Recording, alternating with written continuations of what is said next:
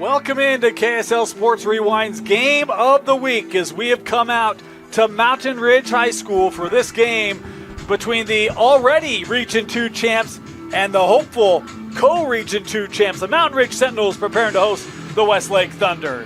Thank you for joining us, everyone. My name is Dane Stewart. Pleased to be joined by Jeff Hansen. Jeff, it's senior night for Mountain Ridge. They've already clinched a region title. What a year for Coach Robbins in his first year, and this is a group that's really led, well, their offense. I mean, they've got so much dynamic playmakers on offense between the quarterback Hunt, look at Cohen Cunningham, as well as Titan DeJong, a plethora of others. This is a very balanced, difficult Mountain Ridge offense to face. Yeah, the passing attack from the Sentinels is going to be on full display tonight. Jackson Hunt quietly having one of the best quarterback seasons in the state of Utah this year. He's got some dogs on the outside to throw to with Titan DeJong and Cohen Cunningham. I think sometime in this first quarter, Dan Cohen Cunningham probably passes the 1,000-yard receiving mark for the season. An absolutely fun offense. The defense is pretty darn good, too. Jackson Brown, senior nose guard. Before we get into those players, though, Sawyer Carlson singing the national anthem before the game. How about that? Now he's going to go play defensive tackle, big number 95. We had a nice, quintet? I don't know what you call a group I don't of five know. singers. A bunch of five singers. Did a great job, and a football player in Sawyer Carlson out there. While wearing a Sentinel helmet, one of those five. It was a fantastic display. Pretty great awesome. job. Pretty awesome. And you want to talk about awesome. How about the year for Westlake? They're 7-2 overall, 4-1 in region. A win tonight clinches a co-region championship, actually a three-way tie with they and Harriman. But look, Coach Arnold Ale, he took this job a couple years ago. He's been building it. And this is the year when you look at, Boston Fontaine, he's a senior. You look at some of the receiving options like Sloan Sua and Malik Sika. They're both juniors. This Westlake team's, they're not your prototypical Westlake team, Jeff. This is a really good Thunder group. Yeah, this is a very good group, a very fun, another passing offense that we're going to talk about a lot. Malik Sika, he's another guy who's probably going to cross the 1,000-yard mark sometime here in this first half. Fantastic receiver. Boston Fontaine has been phenomenal, thrown for more than 2,300 yards coming into this game. These are two fun offenses. This is going to be a lot of fun tonight. Had the potential for points and maybe a late night. As the Thunder in the road whites, Mountain Ridge in the home blacks. We are ready. Who would have thought Region 2 would come down to Mountain Ridge and Westlake in Week 10? But here we are, and we cannot wait as the Thunder will kick off to the Sentinels. And we'll have a chance to see that Mountain Ridge offense up first. A couple players that we did not talk about.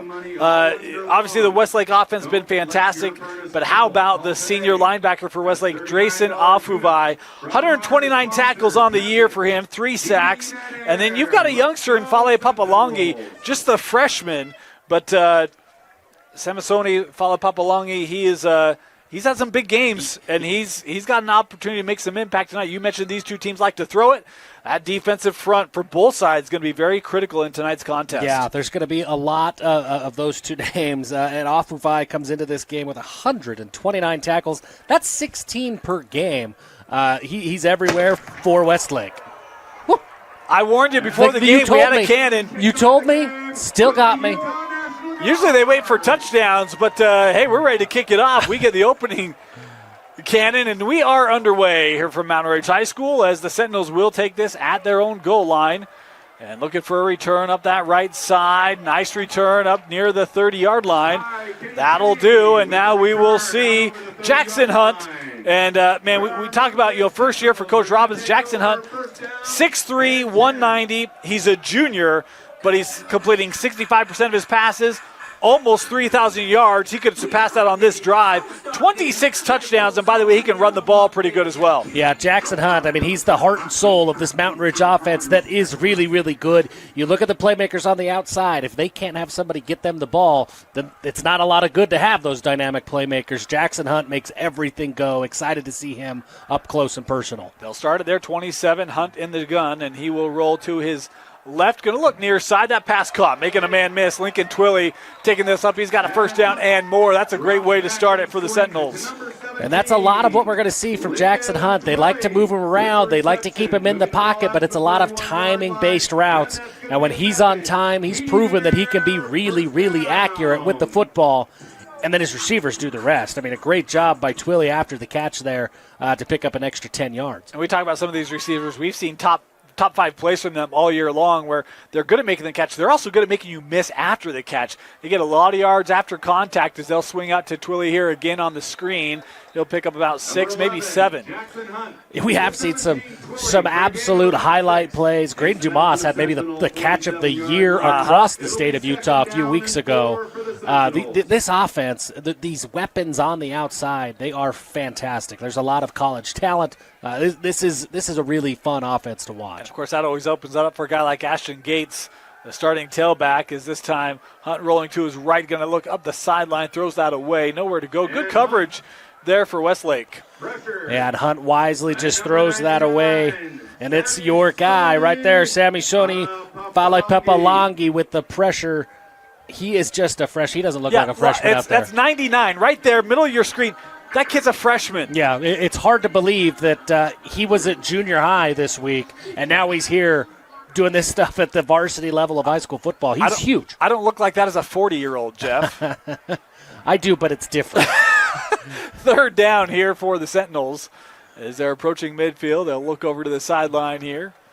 Bunch formation to the top of the screen. Hunt has a man. That's caught. Looking for DeJong. We mentioned him in the open. Just a junior, but the 6'3", 215 tight end able to move the chains for Mountain Ridge. One of the top-rated college prospects in his class to come out of the state of Utah's Titan DeJong. You see why right there.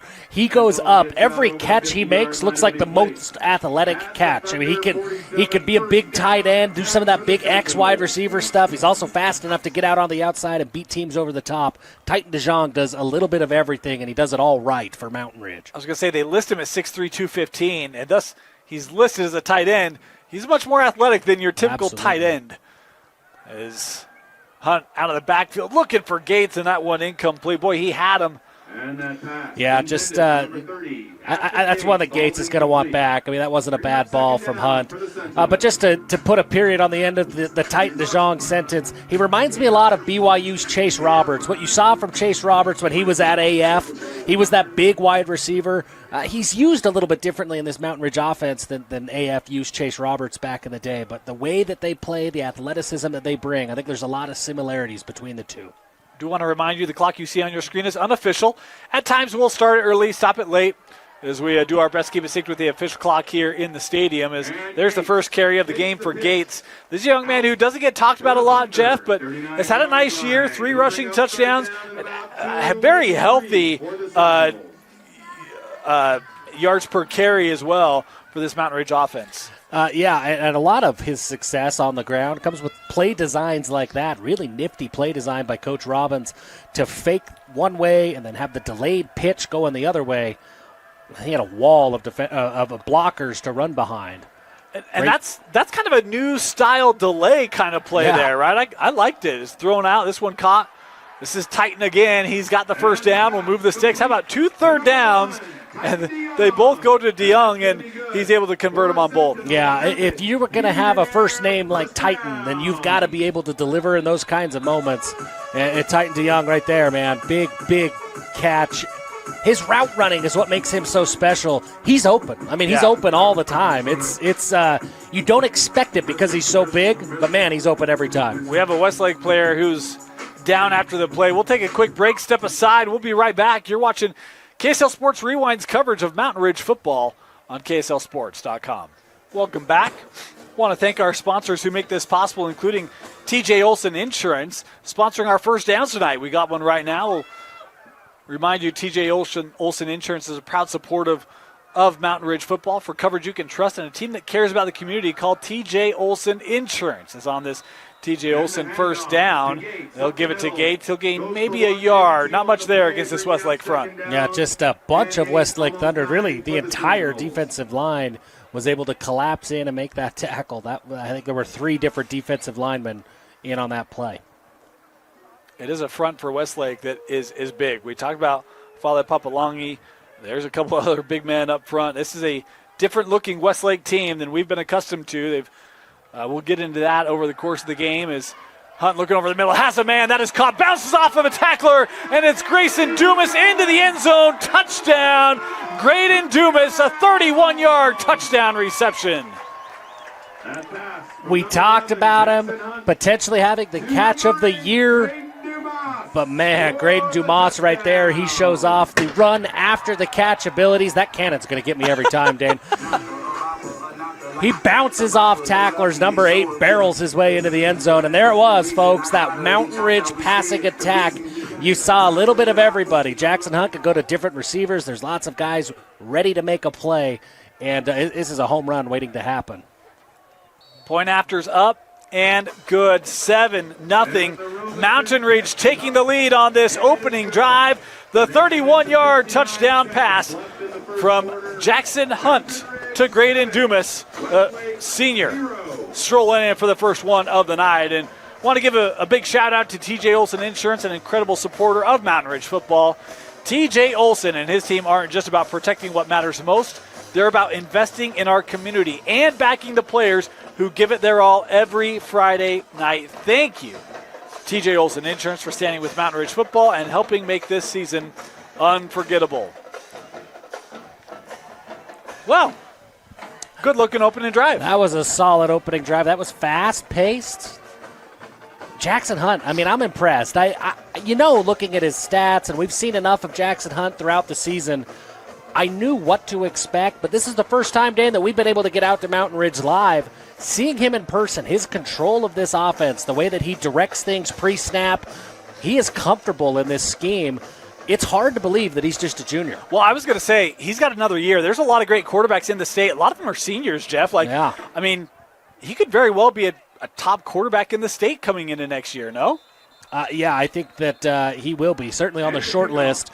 There's some guys that are going to be really good, but I don't know that you can talk about any of them and not include Jackson Hunt. He's absolutely played his way onto that upper echelon of junior quarterbacks in the state this year. So first chance to look at this Westlake offense, and we talked about Boston Fountain at the start. 55% completion percentage, 2,300 yards passing, 23 touchdowns. You got to love this, just 2 interceptions. Yeah. He takes care of the football. That's going to be a big key if Westlake wants to try to pull the upset here tonight. Yeah, it absolutely is. And Boston Fountain has delivered in big moments throughout the season. It starts with Malik Sika, receiver. Little toss here on first down, and nice run there to get things started for the Thunder. Able to pick up about 8 yards on the little tosses. I believe that was Dylan Blakely, the junior. Number 0, Dylan Blakey. And to your point, Dane, this does not look like the Westlake team of old. I mean, this is a big, strong offensive line. They sure look the part as they trot onto the field for their opening drive.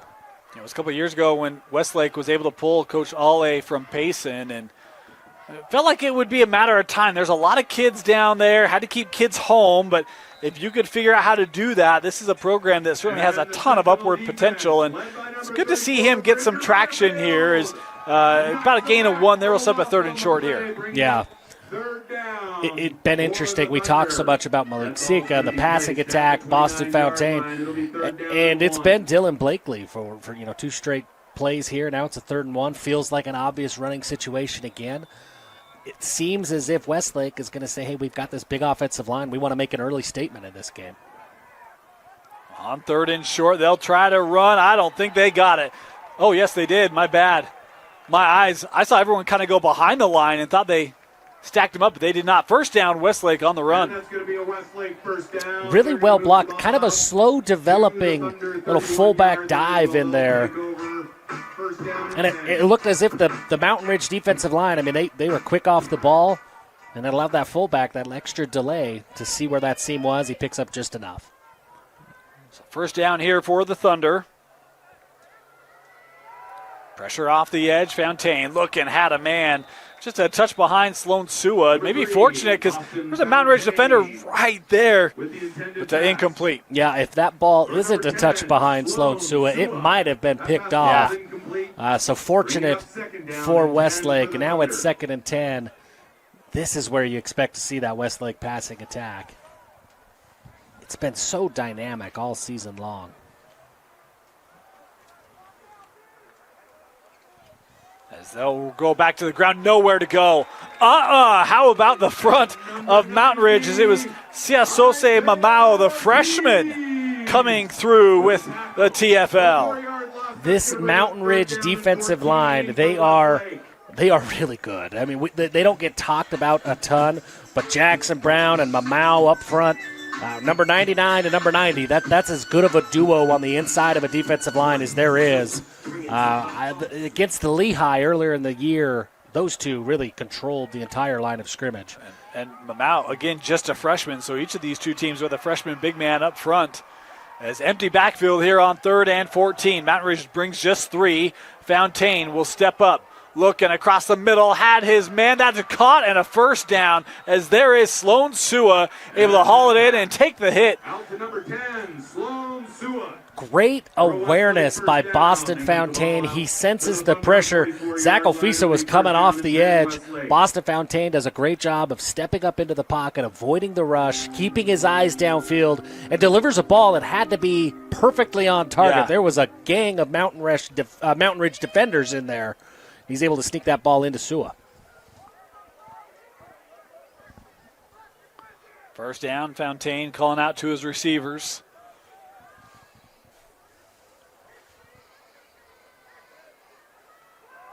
They'll stay on the ground, pulling linemen. And boy, good read there by Blakely, able to get inside of pulling guard and tackle. We'll take it up for a gain of 8. Yeah, number 72, and it looks like Westlake wants to go quick. Malachi Leilua made that big run possible. How about this? Going right back to it. Fontaine, not a lot of room. He'll just get this one away. Good pressure there by Mountain Ridge. Yeah, great pressure by Mountain Ridge. Great awareness again by Fontaine. He knew where his receivers were. There was a guy in the area. Certainly no grounding there. So great job by number 3 to get rid of that ball quickly while avoiding the flag. Yeah. I like that they were trying to kind of go off of that previous run. Very similar looking play. They were trying to get that, quick in on the outside, but it was covered well. And now you got another 3rd and 2 here for the Thunder.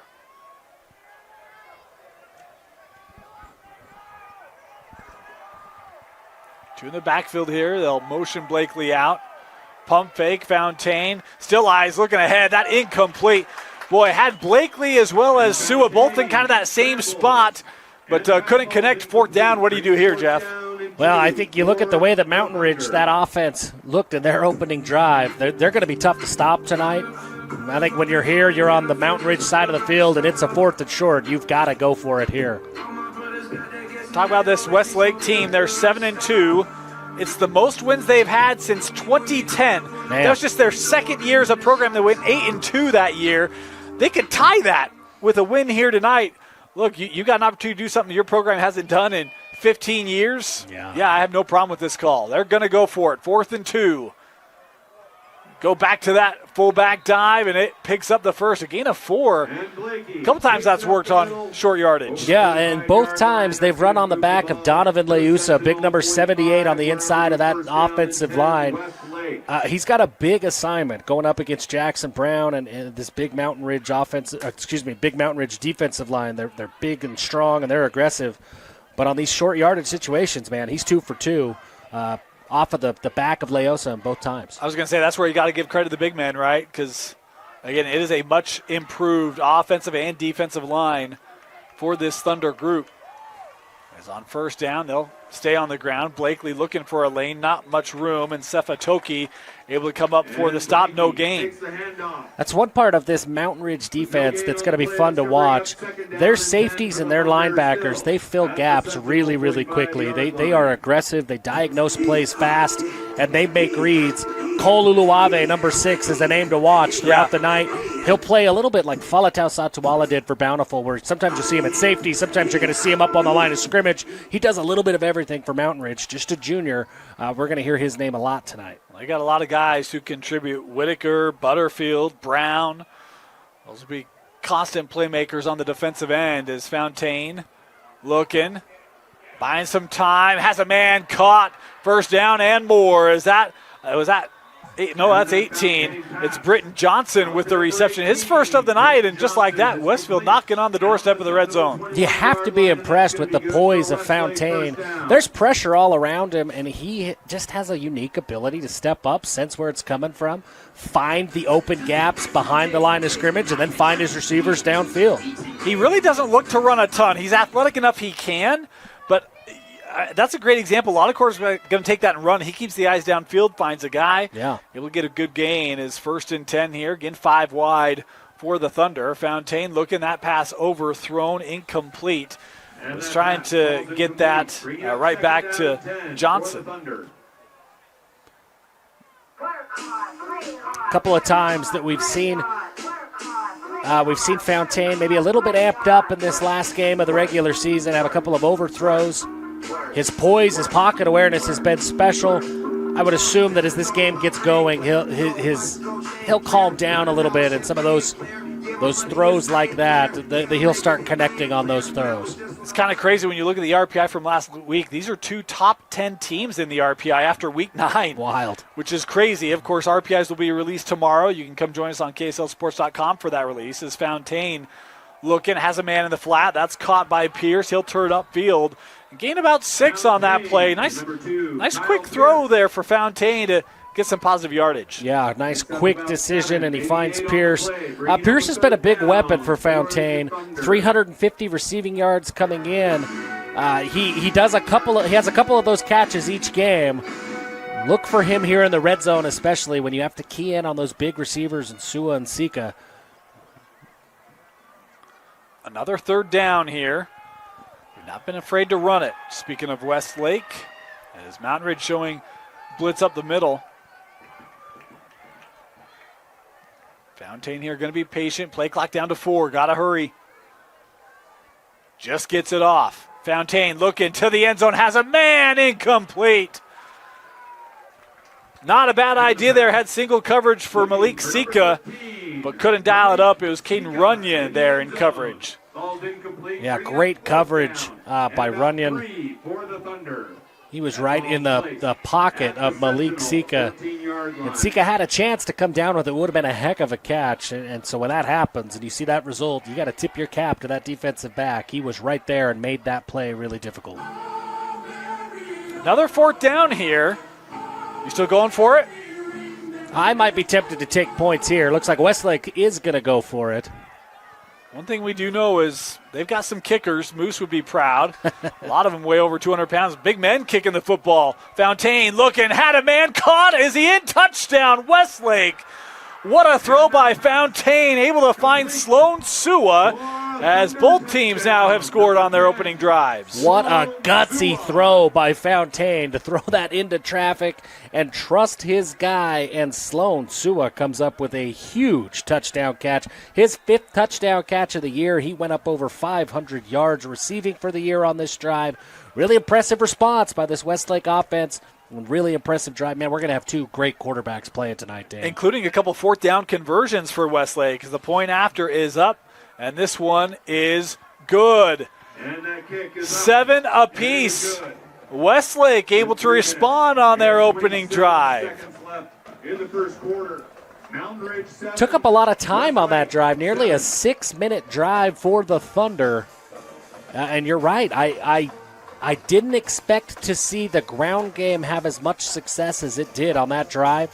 This offensive line, they are in cruise control early on, and that's music to the ears of Dylan Blakely. He had a strong opening drive from that running back spot. Well, and Mason Tapasoa as well. He had a couple of those dives on the 4th and shorts, and then look, Boston Fontaine, man, he looked confident. He did. He looked really good. Some of those throws, those are gutsy throws. There's not a lot of quarterbacks that look in and see 4 black shirts and are saying, yeah, I got it. Yeah. And lo and behold, Fontaine, he delivers darts did a in couple those times. situations. So Westlake here to kick off. Ready to see that Mountain Ridge offense come back out on the field. Talk about this Mountain Ridge team, the number 1 scoring offense and the number 1 scoring defense in Region 2. Is that good? You're going to win a lot of games when that's the case. That seems good. As this kick will be returnable from the 5. Looking left here. Able to get around the edge, now turning back inside. Nice return here for McCray Renteria, the freshman. Able to get this out to the 33-yard line. Yeah, great return by Renteria. A really great Jackson Child on the kick coverage team. He got beat, and he came back. He didn't give up on that play. He hustled, made the tackle from behind, number 34. So great hustle from Jackson Child for Westlake. Good field position here for the Sentinels on their second drive tonight.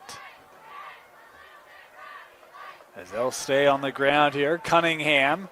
Is this the first time Cohen's touched the ball tonight? It is, isn't it? Yeah, I think so. And, boy, that's a name. I didn't expect to get 9 minutes into this game before we started talking about Cohen Cunningham. He has been special this year. They don't use him in the run game a ton. But, man, 60 catches, 942 receiving yards, and 10 touchdowns coming into this one. Got to find a way to get number 4 involved. Yeah, I love that play because it does get him the football, gets him, his legs kind of warmed up, gets him going when you've been on the sideline for 6 minutes, right? Right. Want to get your offense back comfortable as they picked up 4 on that play. Second down. And they're going to take a shot. This is for Cunningham. Overthrew him. Boy, he was behind the defense. Big play opportunity, and Jackson Hunt just overthrew it. Yeah, and he had to get rid of it quick. Fale Papalangi was in the backfield really quickly. Jackson Hunt gave his guy a shot, just overthrew that ball. But there was Cohen Cunningham. He had a step on the defense.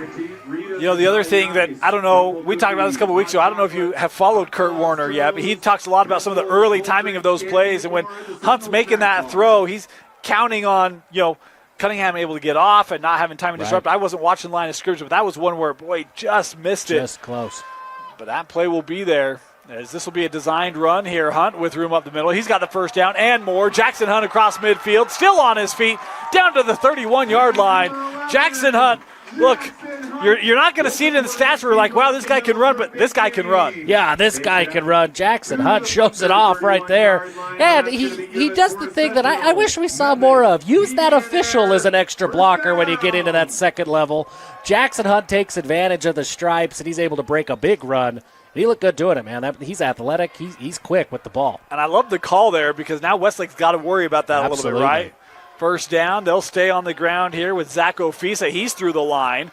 Ofisa ahead. He'll pick up about 10. First down here for Mountain Ridge. Ofisa is a load to tackle. I mean, I don't know if you felt it, Dane. It's a little bit colder now. The temperature's starting to drop. It's not fun to tackle guys that are 220 pounds running with a full head of steam when it starts to get cold. Zach Ofisa. I mean, that's the thing about this Mountain Ridge offense. Ofisa's 220. DeYoung is 215. Graydon Dumas is 220. This is a big offense for Mountain Ridge, and you're right. You get that ball rolling, it is not comfortable when they are rolling down the mountain as we've got a timeout taken here. We'll step aside, take a quick break. You're watching Mountain Ridge football on the Rewind Sports Network, presented by TJ Olson Insurance. My apologies. We had a first down play, a little technical issue here. It was a nice reception by Cohen Cunningham. It was a nice reception. Has it first and goal here. As little toss and nowhere. Oh, got out of it. Ofisa still on his feet, trying to get back those yardage. Boy, that is a hard run for Zach Ofisa. He'll lose some yardage on the play, but, man, A for effort. Yeah, I mean, maybe the most exciting loss of 5 that I've ever seen. Just great running by Ofisa. But, man, Calvin Gagnon, holy cow, number 9 for Westlake. He got into the backfield in a hurry. And no quitting him on that play as Ofisa was keeping his legs moving and breaking tackles.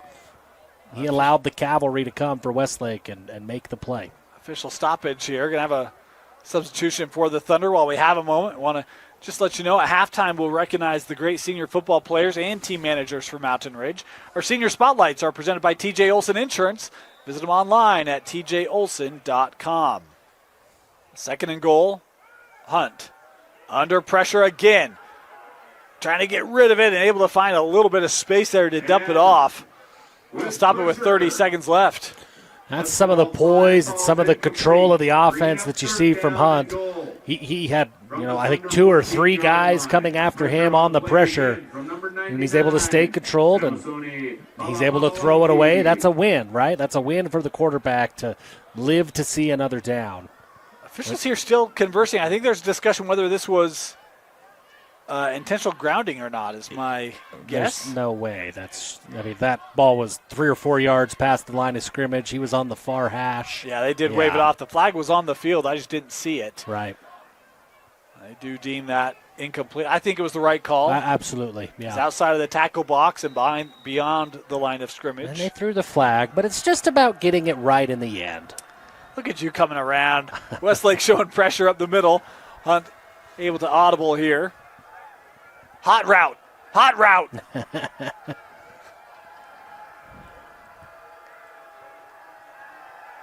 Pressure again. Over the middle. Has a man. Touchdown, Mountain Ridge. Graydon Dumas in for the second time tonight. Dumas again.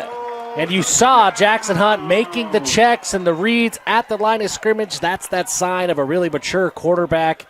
And he finds Dumas again. Man, this passing attack is fun to watch. And bigger news, it's the first time I didn't jump at the cannon tonight. You were ready for that one, I knew. Jeff. I looked at it dead in the eyes, and I said, hey, cannon, it's you and me, man. Not and this time. I'm going to win.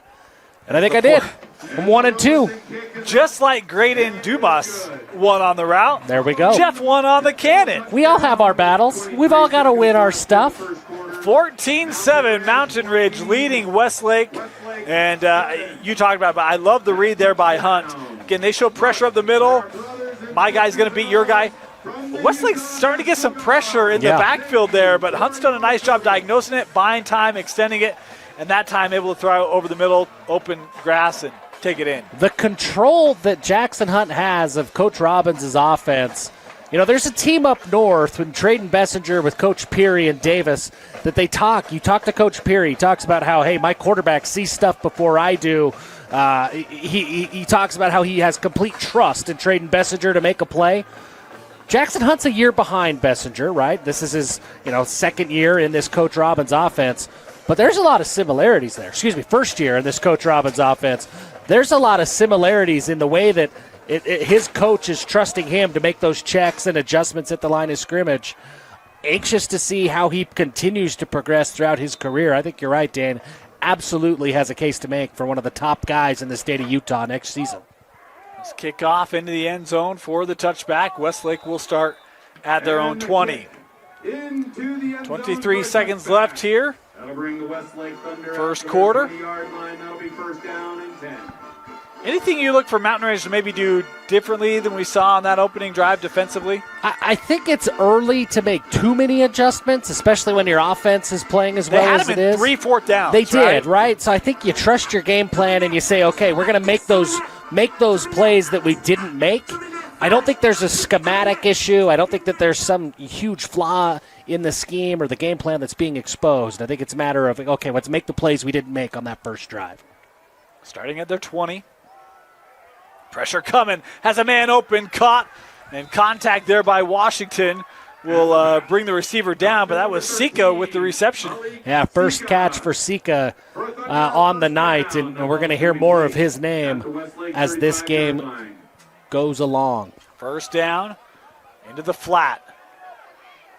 Trying to turn up field. Blakely able to gain a pair. And that will do it for our opening quarter. 14-7. We got a good one. Offenses trading blows here early. Mountain Ridge leading Westlake after 1. You're watching Mountain Ridge football on the Rewind Sports Network, presented by TJ Olson Insurance.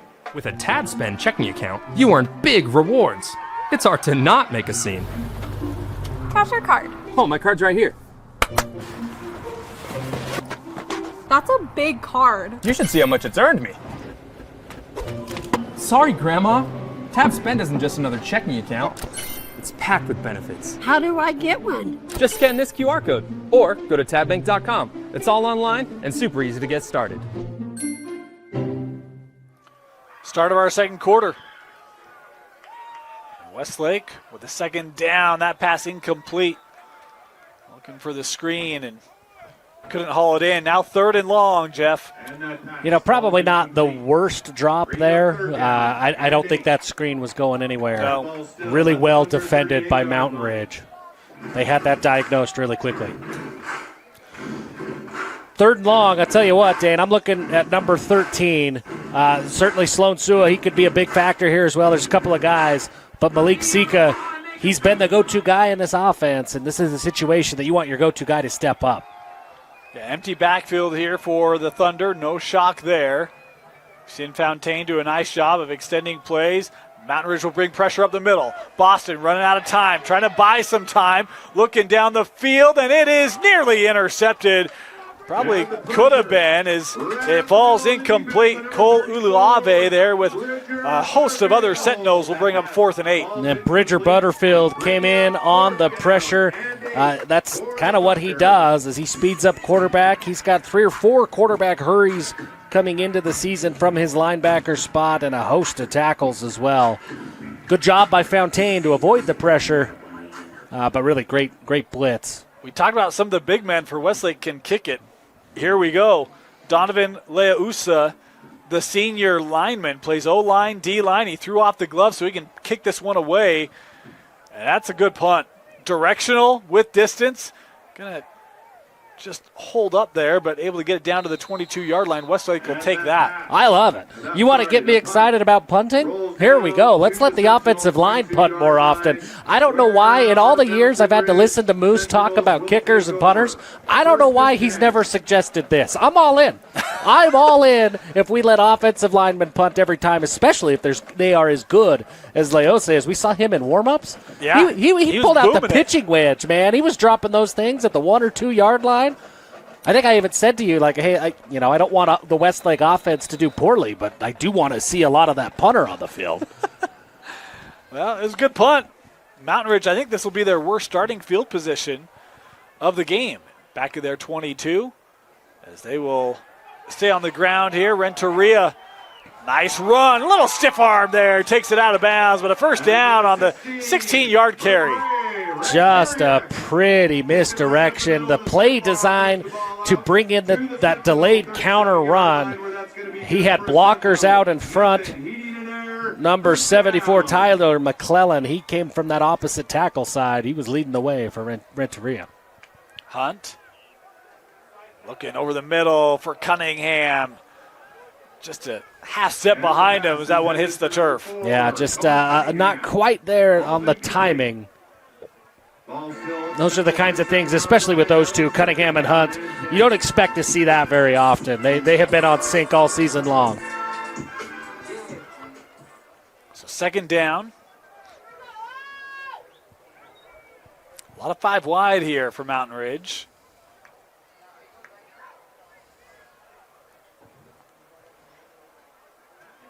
Hunt checking with Coach Robbins now. Ready to go here. Designed run again. And Hunt goes down after a gain of about 5. Nice pursuit there by Lopa. To about the 43-yard line. For Westlake. Yes, Cephalopa there. Really good job to keep his feet, keep his composure. Jackson Hunt tried to cut that back, and number 30 is able to just use his strength to throw Jackson Hunt down. Bring him a 3rd and 5 here for the Sentinels.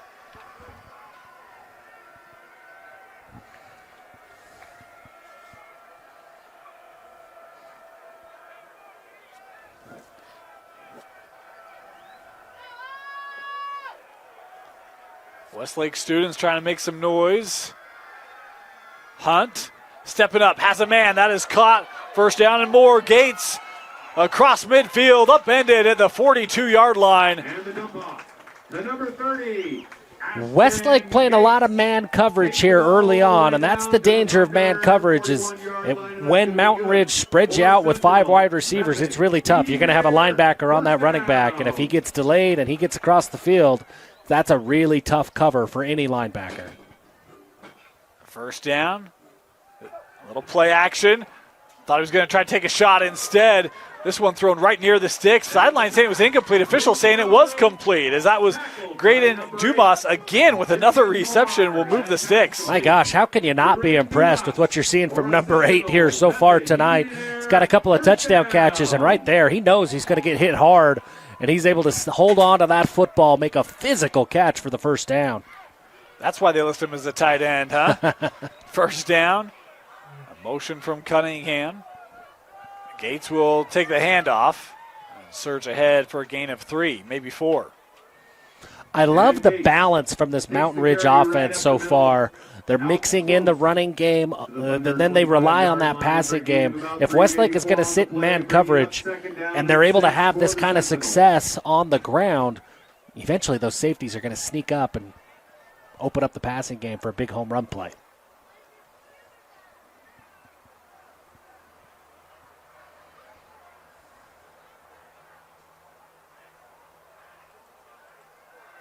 Hunt, he's going to take a shot here, looking for DeYoung, and that just incomplete. Got a hand on it. Fairbanks was back in coverage. They'll bring up a 3rd down. And that's a throw that Hunt's going to want back. DeYoung had a step. Looked like it was just kind of a back shoulder throw that DeYoung had to go up and try to make a play. If he puts a little bit of air under that and lets DeYoung run to a space, I think he may have had his guy beat, and that would have gone for 6. Yeah, had to just hold up late. It's good coverage by Fairbanks. He's going to see those ones go to battle a lot tonight. There's a 3rd and 6 here for the Sentinels. And that's the name of the game at cornerback, right? Stay in. Yep. You never know where that ball's going to go. Don't give up, even if you lose a step off the line of scrimmage. Hunt looking for DeYoung, and that incomplete. Maybe thought he might be just a step or 2 deeper. Is that one just a little too tall for Titan to climb up and grab? And it looks like Mountain Ridge is going to settle for the field goal here, which is the right call. You have the lead, and it's a 4th and 6. But this is no gimme of a field goal. No, looking at a 42-yarder here. But come away with points would be a good thing for the Sentinels. There's a lot of trust in Aiden Robinson. He's been nails this season, very good as a kicker. Certainly Mountain Ridge feels confident in a 42-yard attempt. Got to hurry here. They get the snap away. This kick is up, and it is no good. Wide to the left, so the drive for Mountain Ridge. Some of that, I think, was the timing. They were late to get guys out there. You kind of saw by the time Robeson got set up, it was snap the ball and go. And hey, big win for that Westlake defense. They came up with stops when they need it. They get a little assist in the special teams game. And Westlake, they're certainly not out of this game. The way that passing game can go, I'm anxious to see how they reestablish the line of scrimmage. That was where they won, and their opening drive that resulted in points looked like Mountain Ridge responded really well. They kind of won that line of scrimmage on the second drive. That's going to be the battle to watch tonight. This Mountain Ridge defense and this Westlake offense, who wins up front. And what will be interesting here, remember they had a long drive in that first quarter. They get the ball to start the second quarter. If they can have a drive where they take some time off the clock, that'd be beneficial, but that's not going to help. Ko Uluave able to get a paw up there and knock that incomplete. The Uluave name is a big name here at Mountain Ridge. Cade Uluave obviously did his thing, now doing his thing for Cal. Cole Uluave, next man up, just a junior. We're going to hear a lot more of his name over the next year. 2nd and 10, Fontaine. Stepping up, he's going to run and slide after picking up about 6 on the run. I like that decisiveness. He is, man. He's really smart in the pocket. He is quick. Whether it's to tuck and run, whether it's where he's going with the ball, really impressed with the processing speed of Fontaine. He makes quick, good decisions. Uluave showing pressure off the edge. He'll come.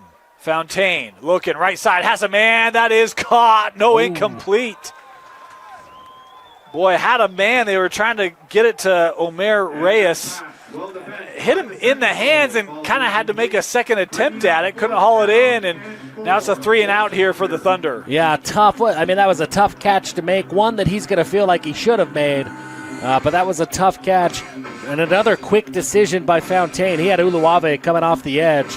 I was surprised, frankly, that there wasn't a flag called for holding because Uluave, he was quick off the line of scrimmage. I like the pre-snap here from Leausa is kind of gets out there with the gloves and then just throws them to the side and let's kick it. And this punt, another one with great distance, angled away from Cunningham. And Cohen going to pick that up. Makes one man miss. Look out, Cohen Cunningham up the sideline, able to get a little return on here. That was one where, boy, you better be sure when you pick that up that Cohen is.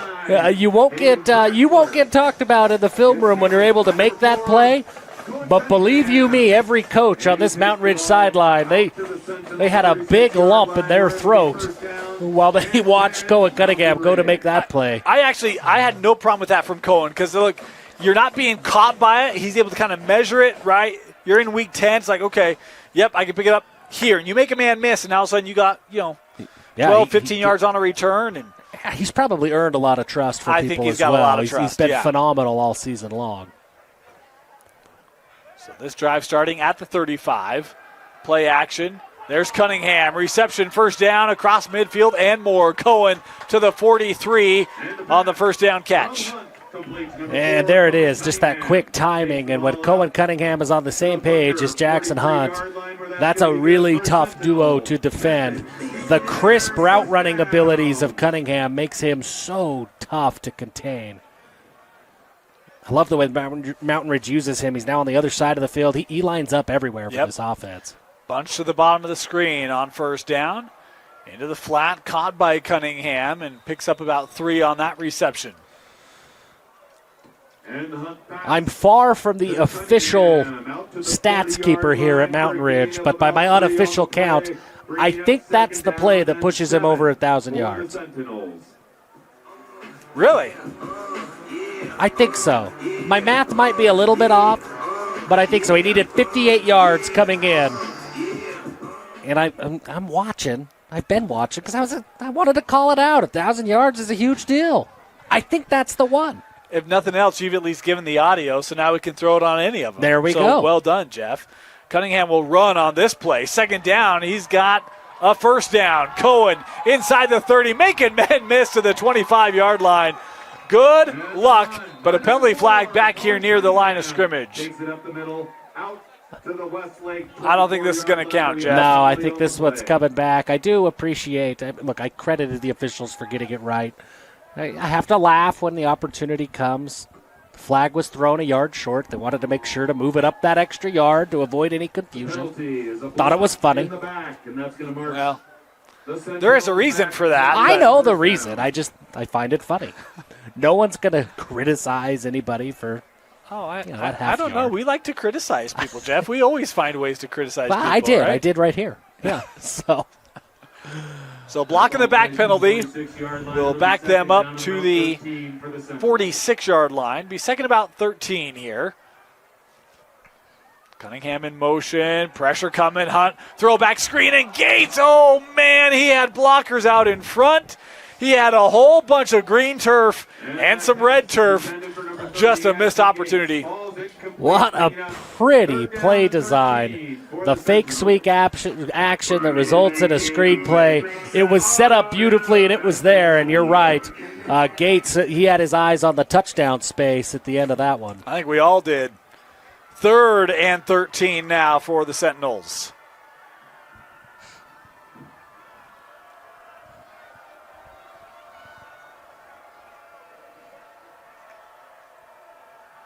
Hall.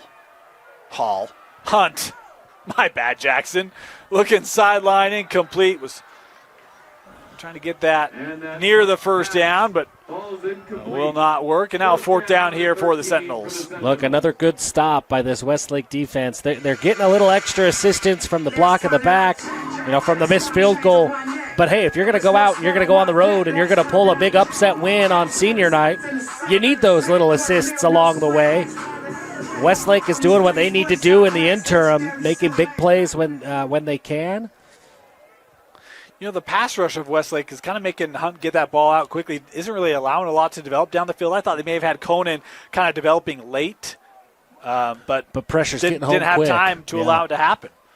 This kick away, angled, will take a lateral bounce, now trickle down to the 15.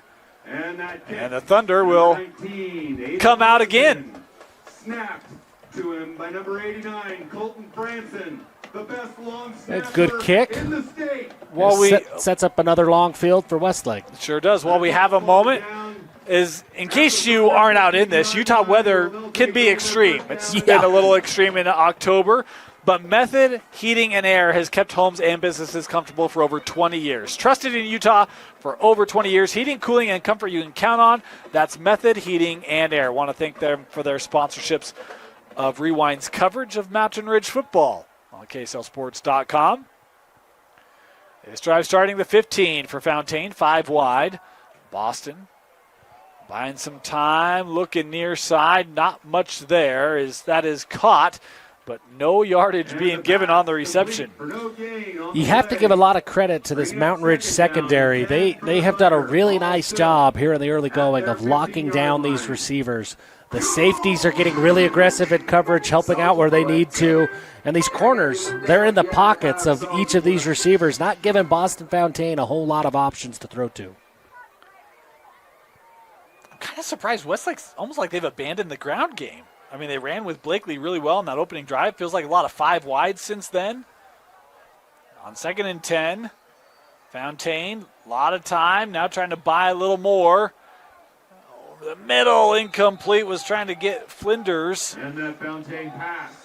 Let him too much, and now it's 3rd and 10. A flag down. Yeah, right near the line of scrimmage, near side. I think it came in after the play, or at least after the throw, so I don't know that this is a hold. I don't know if maybe an offensive lineman slipped downfield. Could be maybe that, or I was going to say maybe a roughing the quarterback. And it is. Would have had 3rd and 10. Instead, you see the call there from our officiating crew. That'll be a 1st down here for Westlake.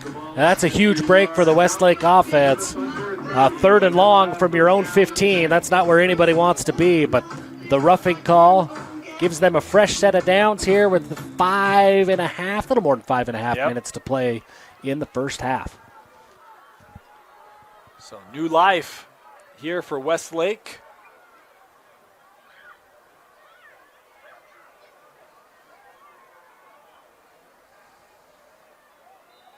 And movement up front.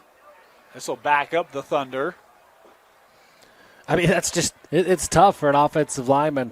Mountain Ridge showing blitz from just about everywhere. You got to call out your assignments. You got to stay set for a long time, and ultimately somebody just moves a little bit too early.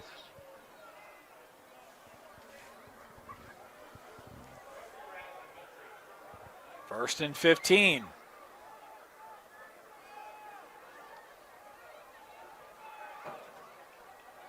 Pressure coming. Fountain looking up the sideline, and it's caught. What a grab by Malik Sika. We've seen a lot of cheat codes this year, Jeff. Add them to the list. My goodness, Malik Sika showing off the hands, strong hands to pull in that catch. And the touch from Fountain put that ball exactly where it needs to be in the face of pressure. Yeah. Fountain going to run this one. On 1st down, he's got room. Has the first as he'll slide to the 26. And that'll move the sticks. Well, you see Westlake give Mountain Ridge a little bit of their own medicine there.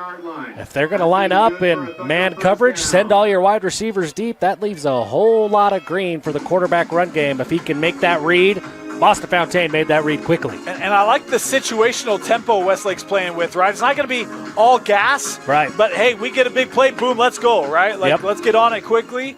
As you see them huddle up here and take their time on this 1st and 10 call inside the 5-minute mark in this opening half.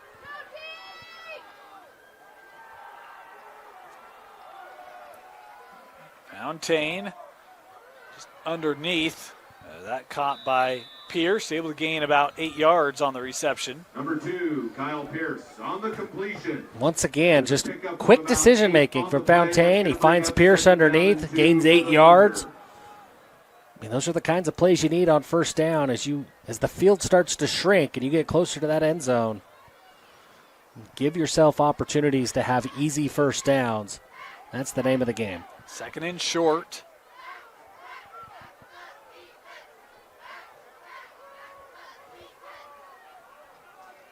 Pressure coming. Gonna look to the end zone for Sika. And did he catch that? Touchdown, Westlake. Wow, 2 impressive catches from Malik Sika on this drive. The latter one for 6. My gosh, Malik Sika First and foremost, Boston Fontaine, he's got the entire Mountain Ridge defense barreling down at him. He knows he's got one-on-one coverage on the outside, and he knows he's got a 1,000-yard receiver on the outside. He just throws it up, gives his guy a chance to make a play, and Malik Sika does the rest. What a play with the coverage inside of his helmet. I mean, he was all over him. Yeah. And Sika makes a great catch for 6. Point after here for the Thunder is up, and it is good. We are back to tied up. 4 to play here in the opening half. The Westlake Thunder, with help from a penalty, march 85 yards. They're tied up at 14 on KSLSports.com. Welcome back. Love that we're able to share some of those senior profiles with you. Fun to see these men as they were young men and with families and friends.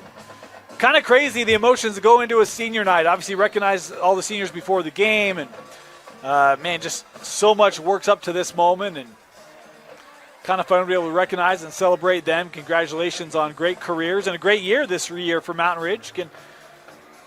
Yes. Go ahead. The Sentinels feel like this year's far from done, so it's good to have this honor. It's what makes high school football so special. Yeah. As this kick will be into the end zone. We talked about Westlake. How about Mountain Ridge, though? I mean, this is 7-2. It's not a shorter term program here, still in its infancy. I think the school's just been around for 5 years, but this is tied for the most wins they've ever had in a season, and we're only in week 9. Yeah. And this is a team that could very well be top 5 in the RPI, get some home playoff games, and they can really blow that number out of the water here the remainder of the year. Set a really tough benchmark to catch in the future, but I think this program's just getting started. Coach Robbins, there's a lot of belief. There's a lot of buy-in from his players, from the community. You know, it takes all of that. You need support. You need buy-in. You need all of that. You need belief that you can turn your guys and turn this program into something special. I think Coach Robbins has that, and Mountain Ridge is just getting started. On its way. As when they announced Coach Robbins, they were like, oh, that's a home run hire. As penalty flags coming in here, delay of game. Coming on the field after that touchback. And I'm curious to see what the future looks like for Mountain Ridge. Driving in here, it seems like if you miss a month in the city of Harriman, this area, you miss an entire wing of the city. Like, there's just houses popping up. There's people coming in. There's a bright future for this Mountain Ridge program. They'll run on first down. This is Ofisa. He'll get those penalty yards back and more as Zach Ofisa trucks ahead for 12. And I wonder if we'll see more of Ofisa on this drive as Westlake has to start defending this passing game. Ofisa's going to have running lanes. Second and short. They'll throw here. Cunningham looking to get outside across midfield. Cohen, little stutter step, was still on the field. He'll take this inside the 30. Jeff, if he wasn't, he's over 1,000 now. Big play for Cohen Cunningham. My goodness, Cohen Cunningham after the catch is special. He never did go down. He just stepped out of bounds. He may be the most difficult player to tackle inside this region. He is tough to bring down for any defender. That's actually happened a couple times tonight where you'll kind of hits the brakes and let guys go and stutters around and then just kind of like ends up out of bounds, still on his feet, right? Just like, yeah, I'm good. Let's do it again. You know who he reminds me of? Robert Young from a year ago up in Roy. That's a good pull. That Robert Young was a guy that, getting off the bus, that's not the guy that's going to beat us. And then as soon as the pads are strapped on and the ball's kicked off, yes, he is. Cohen Cunningham. There's a lot of similarities there. The way that they run, the way that they bounce off tacklers, their balance. And I think really important as well on this drive because, again, the way that this game started is like, okay, Mountain Ridge is going to move up and down the field. They had a couple drives that got stalled. Westlake has that one to go score, and then again they get the ball to start the second half. It felt like, for me at least, Mountain Ridge needed to get some confidence and some rhythm, some mojo back in their offense, and doing it here. And here we are. Look, the Mountain Ridge offense has had success. There was a missed field goal. There was a penalty that set a drive back. They need a clean drive, right? And it seems like that's what we've got here, but this is where things have broken down for them in these last couple of drives that haven't resulted in points. On first down, Hunt. That one was deflected. DeYoung able to still get there and pick up about 3. I love DeYoung wearing the green gloves. There's no green in the color scheme of Mountain Ridge, so wear the green glove. It looks great, and it makes it easy for me. I know where he's at. Yeah, you always know when it goes to number 1, right? Yeah. We don't have spotters here, so you give me some green gloves to follow. That helps. I think there is some genius on it, especially when you get to a level with replay, right? That's right. Second down. Hunt looking, has a man caught. Twilly inside the red zone as he takes us to the 11-yard line. It'll be 1st and 10. Well, Twilly's got a case to make in this game as he's the X factor. When Mountain Ridge offense is gone, Twilly has been involved. Good to see him get involved here, and now Mountain Ridge knocking on the door again. Ofisa in the backfield here, bunched to the bottom of the formation. Hunt, pressure, gonna step up. Looking, end zone for Titan, and he overthrew him, incomplete. Credit to the Westlake pressure. They are the reason that ball sailed incomplete. The pressure just sped Jackson Hunt up. He had to step up into the pocket, kind of throw off balance. Great job by the Westlake defensive line to get home quickly. Well, fortunate because DeYoung was open. He was open.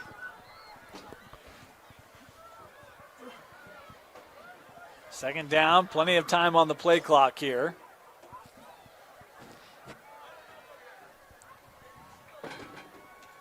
Designed run.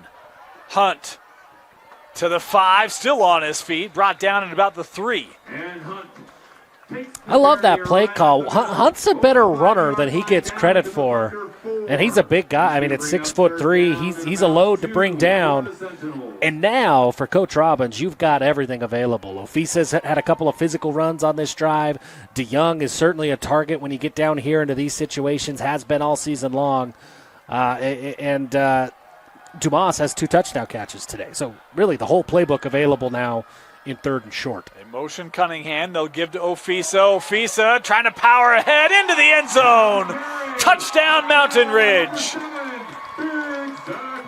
Zach Ofisa showing off that big 220-pound frame. He takes that ball. He's met near the line of scrimmage, and he just bullies his way across the goal line in for 6. And like Zach Ofisa, I bully my way against the cannon. I'm coming back. I'm 2 for my last 2.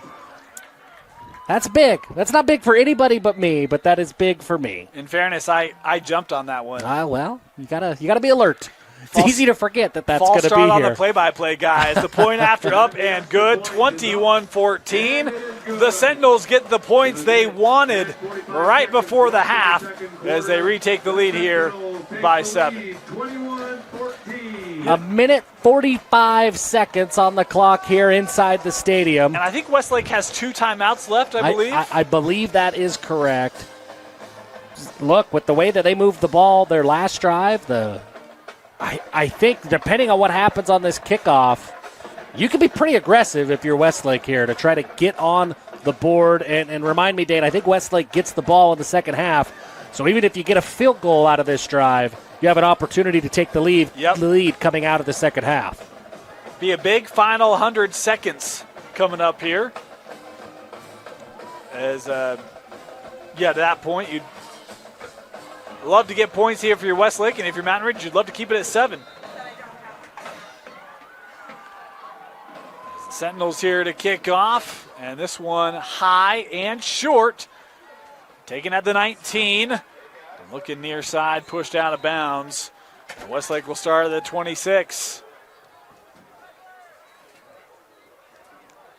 Now, the physicality at the line of scrimmage on really both sides of the ball has been impressive tonight. You know, when you think of a Westlake team, you think of Mountain Ridge, it's easy to kind of forget about how good they are up front. These offensive and defensive lines for both teams on both sidelines, man, they are every single play. This is physical trench play. It's been fun to watch. If you're one of those who likes to watch the ball, you miss some of that. But, man, this Westlake offensive line has been fun to watch tonight.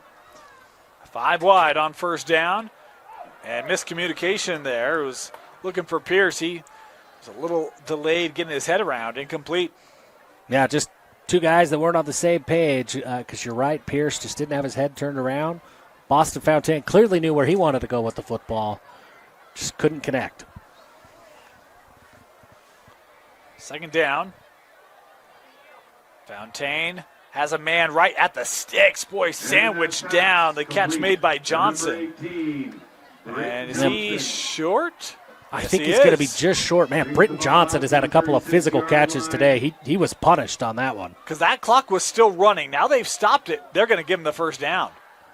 And that's going to be good for a Thunder first I wondered, down. when I looked I saw the far down marker, and it was ahead of the first down chain, but it Yeah, said but- third down. That confused me a little bit. You got to make a call, right? Absolutely. First down, Fontaine rolling. Has a man, that's caught. Nice job by Flinders, able to reach out, snag it as they're near midfield. That's a great catch by Flinders. Good ball by Fontaine, but Flinders steps up and makes the play. Boy, and right to get that ball snapped as well. Over the middle, first down again. Look out. Turning upfield, it's Sika. Malik Sika taking this down to the 23-yard line. Boy, quick strike here for the Thunder. And a smart timeout on the big play. Westlake is going to take a timeout. Their quarterback was calling for that one almost as soon as that ball was caught. You've got two. Now you get inside the red zone or nearing the red zone. Take the timeout. Don't rush. And get this right. You've got 53 seconds, plenty of time. Still have a timeout in your pocket. Excellent job by this Westlake offense to get down the field this quickly. Yeah, 50 seconds. You've moved the ball, 50 yards? Yeah. So, really nice job, again, by Fontaine, who mentioned his completion percentage, according to Stats Report, to 55%. He's been well above that tonight. Yeah, he's been fantastic. For the most part, his incompletions have been drops or maybe guys not on the same page. He's put the ball right where he needs to put the ball all night long tonight. Now, really impressed on this drive. When the quarterback gets outside the pocket and it's that scramble drill, so much of what happens relies solely on his decision making, right? And Boston Fontaine hasn't tried to force anything on this drive. He's waited. He's been patient, found guys, and allowed them to go make a play, and his wide receivers have delivered. First and 10 at the 23 of Mountain Ridge. Fontaine going to step up and tripped up. Well, that's an important tackle being made there by that front of Jackson Brown. Jackson Brown is such an important part of this Mountain Ridge defense. Steps up with a big play. He's got 7 sacks, leads the team coming into this game. Big number 99 with a big play. Each team with one timeout left. Fontaine buying time, looking. And he's going to make a man miss, try to run it here, dives ahead. He's going to be close to that first down, and he will have it. What a nifty little move to avoid really what could have been a sack. I think that was behind the line of scrimmage and makes a guy miss. And Sorry, Westlake Dave. here going to take their last time out with 18 seconds left. Because, again, the clock would start as soon as that ball gets spotted. And you had guys in the end zone. It'd probably be tough to get everyone back there. And right now, you're telling your quarterback, hey, you got 18 seconds. You've got 3 shots at the end zone. And they're at the end zone every time. Don't get sacked.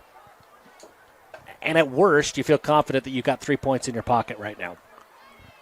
Want to remind you, at halftime, we'll have Mountain Ridge senior profiles for you. You'll want to stick around for that.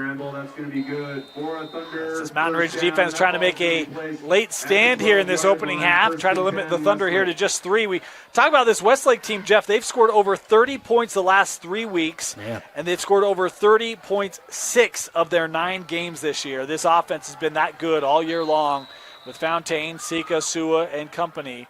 And they've proven that that's no fluke. Been good here tonight in this opening half. First down. Fontaine wanted that throwback. Wasn't there. Still looking. And hit here as that ball goes out of play, and that'll stop the clock with 9 seconds left. Ooh, and a long play there. It looks like 9 seconds is where the clock runs off. And that takes up half of your remaining time. So we said 3 shots at the end zone. Well, now you have at least one. You have one, but if the next play takes as long as the last play did, you don't have one. And that's where you tell your quarterback, right? Like, hey, you gotta be quicker. You got a couple, then you got to get out, get it away, right? Here are your 2 reads, make them and go. Yep. And that's really been Boston Fontaine's strength. He has been such a quick decision maker all night tonight. Shouldn't be an issue with 9 seconds left, but. You've got Sua at the bottom of the formation. Sika up top. Fontaine running out of time again. Going to have to get rid of this one. Throws it to the end zone, and it is incomplete. And the half has expired, so the Mountain Ridge defense gets the stop they wanted. Westlake, again, with no timeout, they couldn't call one. So that was extended, and then the loft to the end zone, battled around. And now officials maybe going to talk here whether there is 1 second left or not. I think there's a lot that I don't see any flags. I don't see flag. I think this is all about the clock. Westlake was over there wanting to run their team out. They were petitioning heavily. There should be time left. The flag on the penalty. Oh. On the play. Well, I saw. Oh, it's near side, down at the 4. Okay, and I saw a ball. That ball was in the corner of the end zone. A ball was thrown. Yeah. The ball ended up here at the close hash near us. So I don't know. I think there's a lot to sort out. Maybe a pass interference, a lot of physical contact there. I don't know. This will be interesting. Well, neither team are heading to the locker room, so you would guess then it may be on Mountain Ridge. Ball's spotted here at the 6.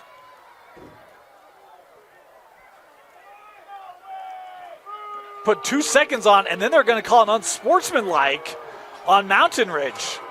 Huh. And I wonder if that's the spike or the throw or whatever happened with the ball after that play was over. Allowing a final play for the Thunder. So that will allow for a 23-yard field goal try here.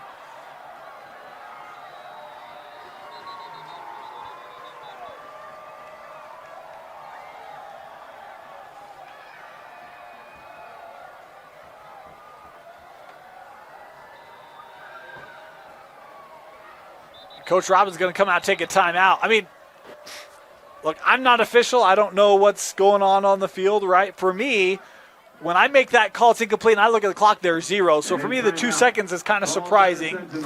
The dead ball, that kind of thing happens. It's tough because it's like, well, when it hits 0, it's clearly I don't know the rules well enough, but that's one where it's a little tough for me. Like, okay, if that's fourth quarter and it hits 0, are we doing this here? You know what I mean? Yeah, I also don't know the rules. Is it if there's a defensive penalty in that situation, in the NFL or college, it's an untimed down. Do they put 2 seconds back on the clock in high school instead of an untimed down? I don't know. Yeah, well, I'll have to ask our official friends. Because, I'm with you. You look up, you see 0. Seems like that's an easy call.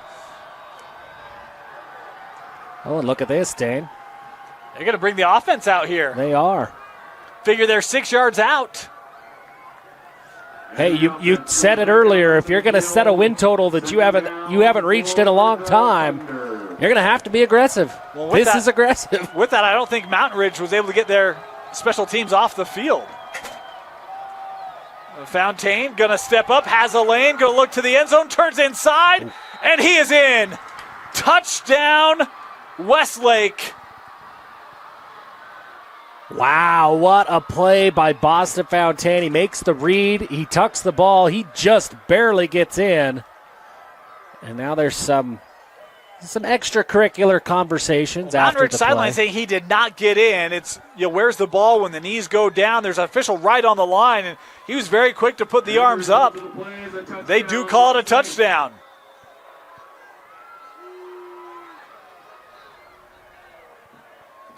Reminiscent of one of my favorite games back from 1995, actually. We'll have to deal with that later as the point after to tie it up is up, through, and good. We are at the half, and the aggressive Westlake Thunder have it tied up on the road in a game with a region title on the line. 21 apiece, Westlake, Mountain Ridge. You're watching Mountain Ridge football on KSLSports.com.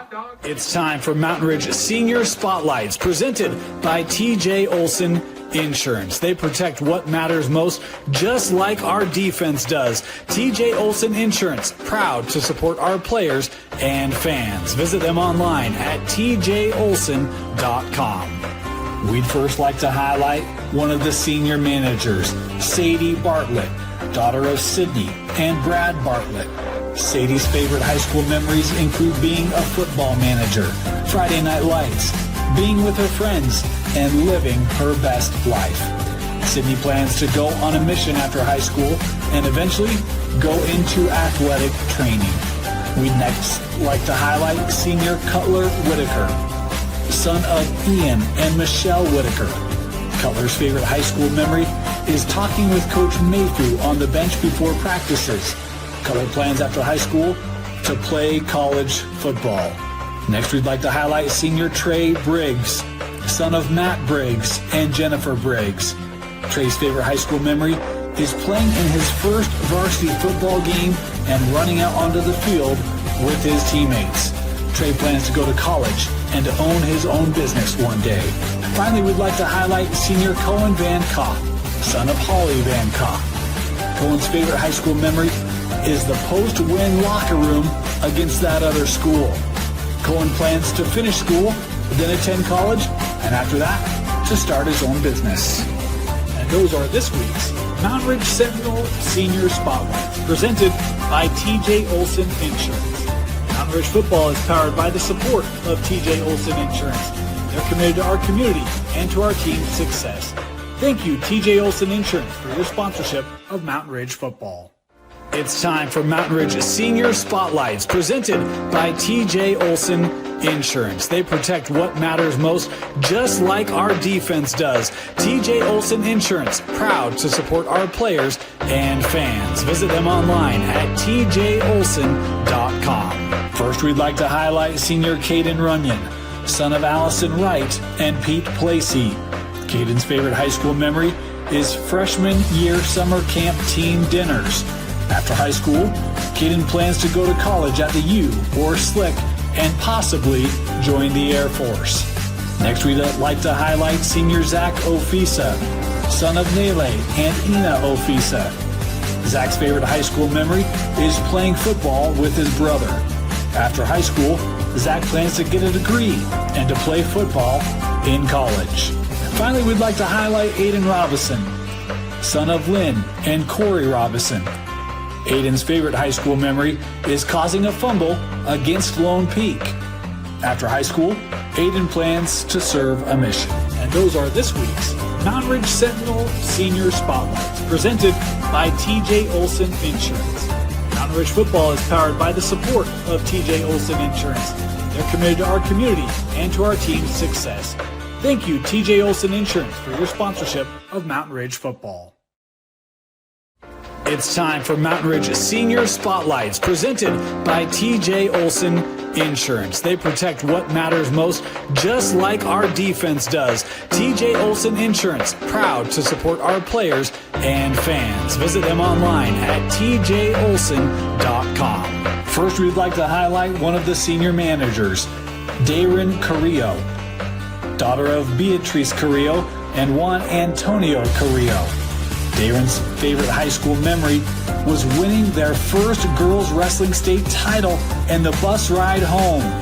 After high school, Darren plans to make a lot of money and have a loving family of her own. Next, we'd like to highlight senior Cohen Cunningham, son of Nikki and Travis Cunningham. Cohen's favorite high school memory is the game against Copper Hills his junior season. After high school, Cohen plans to go on a mission and go to college. We'd like to highlight Mason Gomez, son of Kelly and Mike Gomez. Mason's favorite high school memory was scoring his first touchdown against Corner Canyon in the 6th grade. Mason plans after high school to become a firefighter. Finally, we'd like to highlight senior Brock West, son of Ben and Liesel West. Brock's favorite high school memory is going to parties with his friends.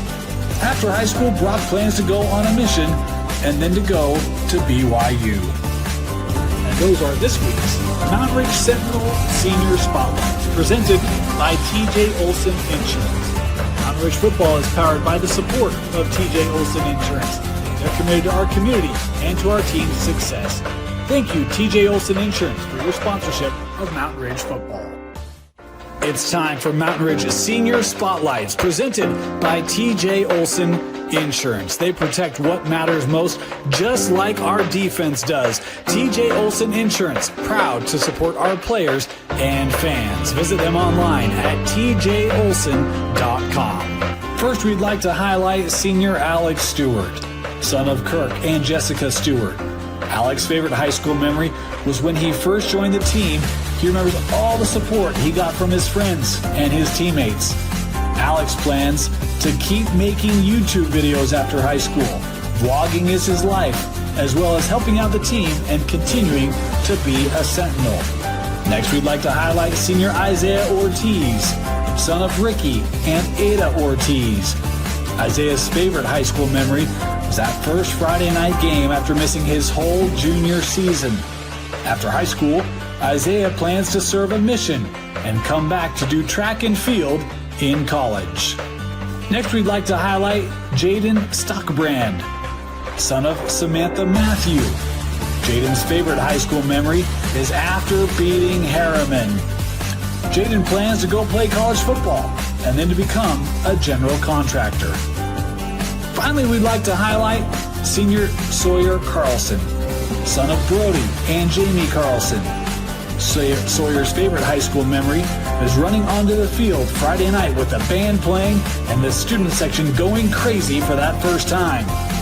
After high school, Sawyer plans to serve an LDS mission. And those are this week's Mountain Ridge Sentinel Senior Spotlights, presented by TJ Olson Insurance. Mountain Ridge football is powered by the support of TJ Olson Insurance. They're committed to our community and to our team's success. Thank you, TJ Olson Insurance, for your sponsorship of Mountain Ridge football. It's time for Mountain Ridge Senior Spotlights, presented by TJ Olson Insurance. They protect what matters most, just like our defense does. TJ Olson Insurance, proud to support our players and fans. Visit them online at tjolson.com. First, we'd like to spotlight senior Marshall Peck, son of Mindy and Jackson Peck. Marshall's favorite high school memory has been playing football with his dad. After high school, Marshall plans to graduate with a 4.0, get an academic scholarship, and graduate with a master's in business. Next, we'd like to highlight senior Desmond Graham, son of Cassandra Graham. Desmond's favorite high school memory has been hanging out with all his brothers at practice. After high school, Desmond plans to go into the military. Finally, we'd like to highlight Taloa Sione, son of Tuitapu and Sabavao Sione. Taloa's favorite high school memory is team camps. After high school, Taloa plans to serve a mission, college ball, and life. And those are this week's Mountain Ridge Sentinel Senior Spotlights, presented by TJ Olson Insurance. Mountain Ridge football is powered by the support of TJ Olson Insurance. They're committed to our community and to our team's success. Thank you, TJ Olson Insurance, for your sponsorship of Mountain Ridge football. It's time for Mountain Ridge Senior Spotlights, presented by TJ Olson Insurance. They protect what matters most, just like our defense does. TJ Olson Insurance, proud to support our players and fans. Visit them online at tjolson.com. First, we'd like to highlight senior Sefe Taleaho, son of Mel and Sione Taukeaho. Sepho's favorite high school memory is waking up on game days and preparing. After high school, Sepho plans to serve an LDS mission and marry his girlfriend. Next, we'd like to highlight senior Herbert Palama, son of Charmaine Palama. Herbert's favorite high school memory is hanging with his friends to late night studies. That's honestly what made high school. After high school, Herbert plans to pursue a career in law enforcement, aiming to achieve U.S. Marshal or State Trooper. Finally, we'd like to highlight senior Hunter Jacobson, son of Travis and Brandy Jacobson. His favorite high school memory has been hanging out with all his buddies and beating Harriman. After high school, Hunter plans to go on a mission. And those are this week's Mountain Ridge Sentinel Senior Spotlights, presented by TJ Olson Insurance. Mountain Ridge football is powered by the support of TJ Olson Insurance. They're committed to our community and to our team's success. Thank you, TJ Olson Insurance, for your sponsorship of Mountain Ridge football. It's time for Mountain Ridge Senior Spotlights, presented by TJ Olson Insurance. They protect what matters most, just like our defense does. TJ Olson Insurance, proud to support our players and fans. Visit them online at tjolson.com. First, we'd like to highlight senior Luke Jessup, son of Andrea Jessup and Sterling Jessup. Luke's favorite high school memory is beating Harriman 2 years in a row. After high school, Luke plans to go to college. Next, we'd like to highlight senior Sefa Toki, son of Ika and Wayman Toki. Sefa's favorite high school memory is after every varsity game, going out to eat with the boys. After high school, Sefa plans to go on a mission. Finally, we'd like to highlight senior Jackson Brown, son of Tyson and Marky Brown. Jackson's favorite high school memory is he, Mayfu, and Cut talking about girls and funny stuff before each practice his junior year.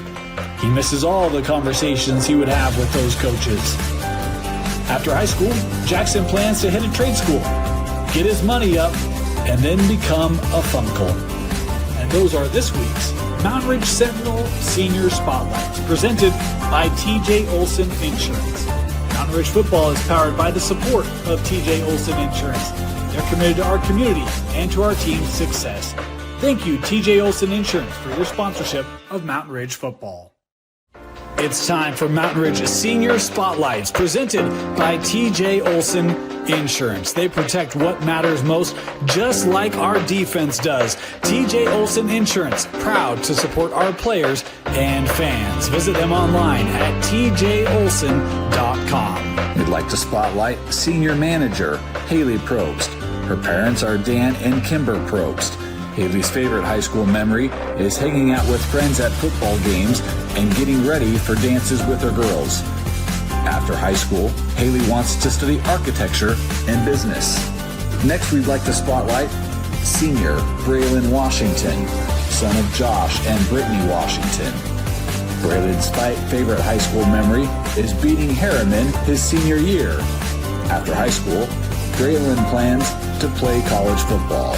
Next, we'd like to spotlight Mountain Ridge Senior, number 8, Graydon Dumas. His parents are Lindsay Cozens and Cole Dumas. Graydon's favorite high school memory is his first high school football game freshman season with all of his guys. After high school, Graydon plans to continue to play football in college and to study sports medicine. Finally, we'd like to highlight Mountain Ridge Senior Lincoln Twilley. His parents are Michelle and Jared Twilley. Lincoln's favorite high school memory are team dinners. And after high school, Lincoln plans to serve God by going on a mission for the Church of Jesus Christ of Latter-day Saints to make bank and play Minecraft. And those are this week's Mountain Ridge Sentinel Senior Spotlights, presented by TJ Olson Insurance. Mountain Ridge football is powered by the support of TJ Olson Insurance. They're committed to our community and to our team's success. Thank you, TJ Olson Insurance, for your sponsorship of Mountain Ridge football. It's time for Mountain Ridge Senior Spotlights, presented by TJ Olson Insurance. They protect what matters most, just like our defense does. TJ Olson Insurance, proud to support our players and fans. Visit them online at tjolson.com. We'd like to spotlight Mountain Ridge Senior Manager Brinley Wright. Brinley's parents are Janessa and AJ Wright. Brinley's favorite high school memory is Friday night lights, especially after a Mountain Ridge win. After high school, Brinley plans to get her nail technician license and then to go to college for a business degree. Next, we'd like to spotlight Mountain Ridge Senior Austin Freeman. His parents are Matt and Shanae Freeman. Austin's favorite high school memory was his freshman year dynasty. If you know, you know. After high school, Austin plans to serve an LDS mission and then go to college or be a firefighter. Next, we'd like to spotlight Mountain Ridge Senior Ashton Gates, son of Corey and Holly Gates. Ashton's favorite high school memory is beating Harriman at their field in the middle of the night. After high school, Ashton plans to attend college and major in business. Finally, we'd like to spotlight Mountain Ridge senior Bridger Butterfield, son of Ashley and Kyle Butterfield. Bridger's favorite high school memory is going on adventures with his crush and mowing lawns, making that dough with his buddy. After high school, Bridger plans to graduate early and leave to Independence, Missouri to preach the Mountain good Ridge word Sentinel on February Senior 16th. Presented by TJ Olson Insurance. Mountain Ridge football is powered by the support of TJ Olson Insurance. They're committed to our community and to our team's success. Thank you, TJ Olson Insurance, for your sponsorship of Mountain Ridge football. Welcome back. Getting ready to start our second half. Mountain Ridge leading tied with Westlake 21 apiece. Dane Stewart, Jeff Hansen with you. Jeff, look, I mean, game that's gone back and forth. Mountain Ridge has either led or been tied. Westlake has never led, but how about the response of Westlake to be able to answer at every opportunity when Mountain Ridge has looked like they've started to get some momentum going? Yeah, the ability for Westlake to not quit, not give up, bounce back has been special, and then to take advantage of the opportunities that they've been given. Look, right before the end of the half, there's an unsportsmanlike call, gives Westlake second life. I love the aggressiveness from the coaching staff that they line up for a field goal. Coach Robbins takes a timeout, make Westlake think about it. How do they respond? Well, let's go for 6 instead. They get out there. Boston Fontaine runs it in.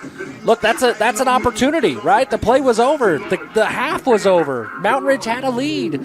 You get that opportunity, you get that second life for Westlake. That's the kind of stuff you have to do to be able to get upset wins on the road, and they've done it when they've had those chances. And we talk about this Westlake team obviously scoring 21 points in the first half. It's the most points that Mountain Ridge has given up since week 3 in their loss to Davis. They've now given up 20 points amongst this 6-game win streak that they've been on, and they've done that in the first half. What, if anything, do you expect to see from this Mountain Ridge defense in the second half, Jeff? I expect them to play more clean, and I think that they've got to figure out a way. They're trying to get home with the pressure.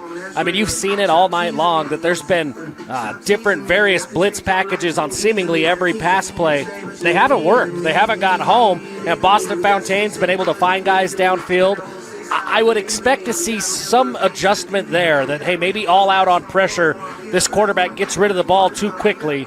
We need to play more coverage, try to confuse him that way and force him into a mistake. That's the adjustment I'm looking to see from Mountain Ridge in this half. And they'll have an opportunity to show that here, as it will be Westlake to receive this second half kick. They've played with a lot of confidence tonight.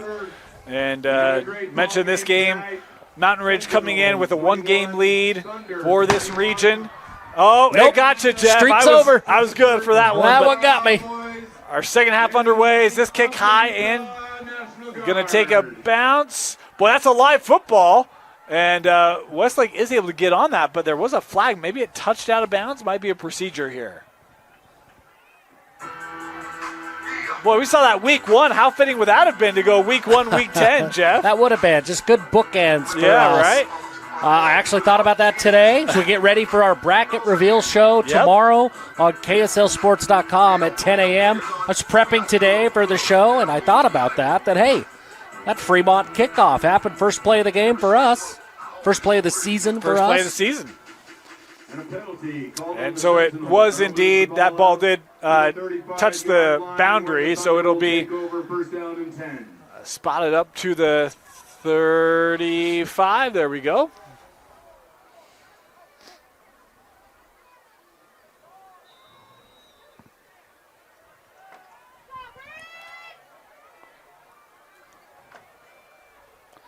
First play of the second half. Pressure coming. They'll throw out to Pierce. Pierce turn upfield. He'll gain a yard.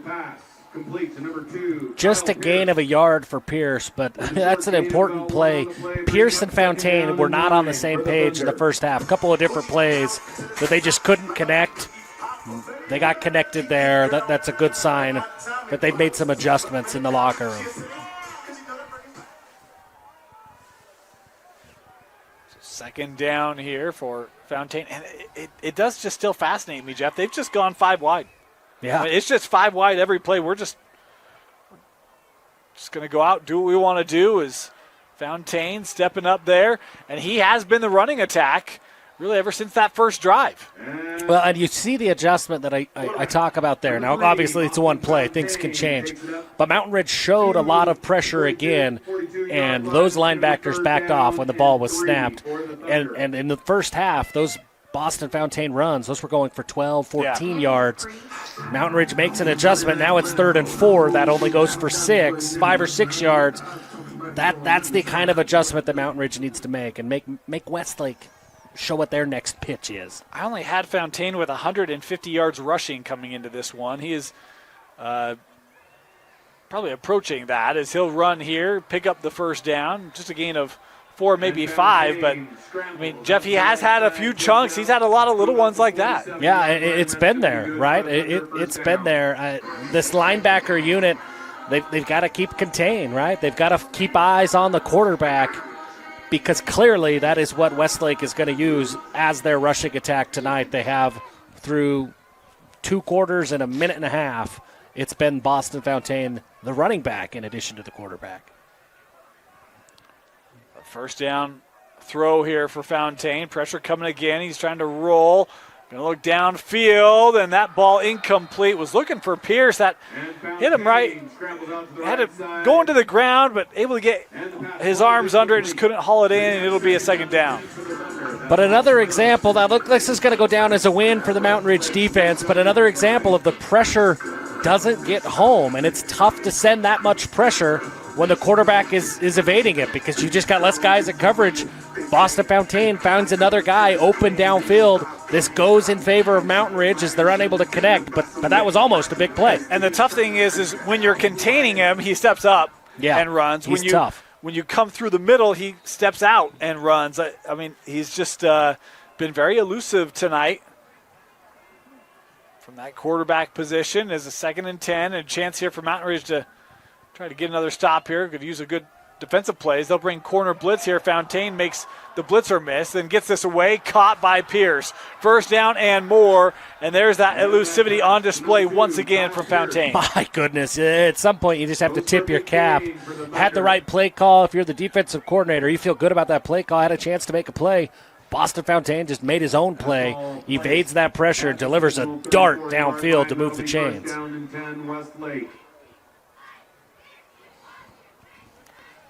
Across midfield, Westlake looking for their first lead of the game.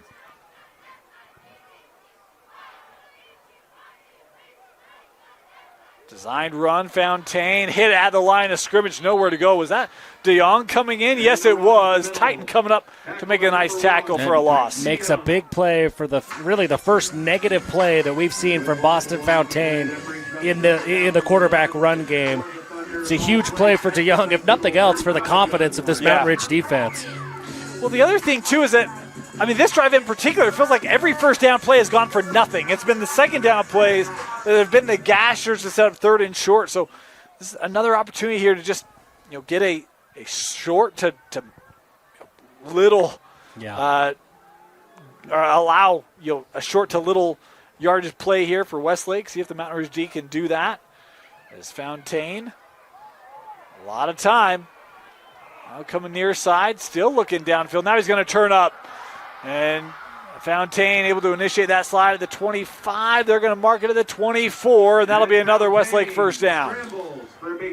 The adjustment's clear. Bridger Butterfield was just spying the quarterback on that play, and he had an opportunity to stop Fountain, but Fountain, again, shows off that elusiveness.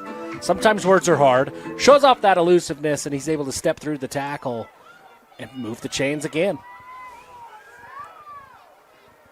First down.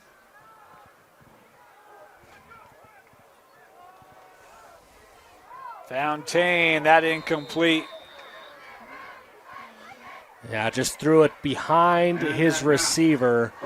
Looked like he thought the route was going to go maybe a little bit deeper than Malik Sika ran it. And he's fortunate that ball fell to the turf. Yeah. Another 2nd and 10 here.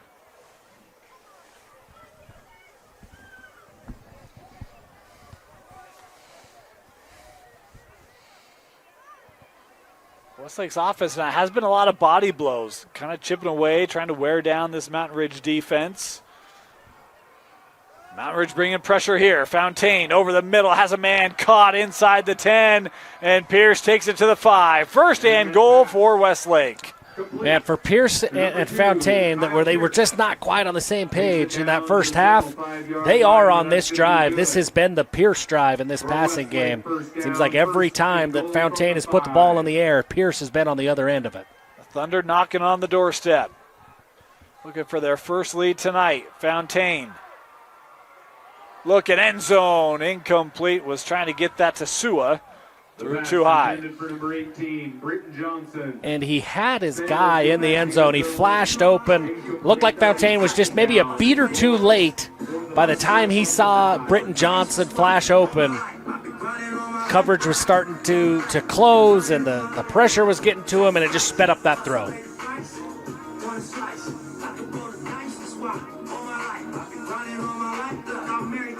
Second and goal. Yeah, to your point, Dane, still no running back, even here inside the 5-yard line. It's been all 5 wide. Fontaine rolling. No one open. Is a flag coming in on this play, and I like the design of that. Fontaine down here, he'll get back up, but they kind of bring Flinders cross in motion, acts as an extra blocker for that rollout. Yeah, I like the play design. I'm curious what this is going to be. I guess hold, yeah. That is one of the challenges when you're, rolling that line and even having, a receiver come in. You got to let those likelihood of that. Let those defensive linemen go, right? It's tough to do. So that'll back Westlake up, push it back to the 15, which may not be a bad thing for this offense. Gives your receiver some more room to work. Well, the first time in a while that we've seen Blakely come back on the field, and he'll be in the backfield with Fontaine. It feels like it's been 2 quarters since we've seen this. Second and goal. Pressure, and slips through the tackle. Fontaine has a man in the end zone, and it's broken up. What a play by DeYoung. Wow. Wow, Titan DeYoung with the touchdown saving play in coverage. We do have an injured player down here for Westlake. That's one of the linemen. We're going to step aside here, take an injury timeout. We'll be back. It'll be third and goal for the Thunder after this. Take a moment. With a Tab Spend checking account, you earn big rewards. It's hard to not make a scene. Cash or card? Oh, my card's right here. That's a big card. You should see how much it's earned me. Sorry, Grandma. Tab Spend isn't just another checking account. It's packed with benefits. How do I get one? Just scan this QR code or go to tabbank.com. It's all online and super easy to get started. Welcome back. Leusa was the injured Westlake Thunder, so a lineman down and the punter now down for the Westlake. Of course, they haven't needed him.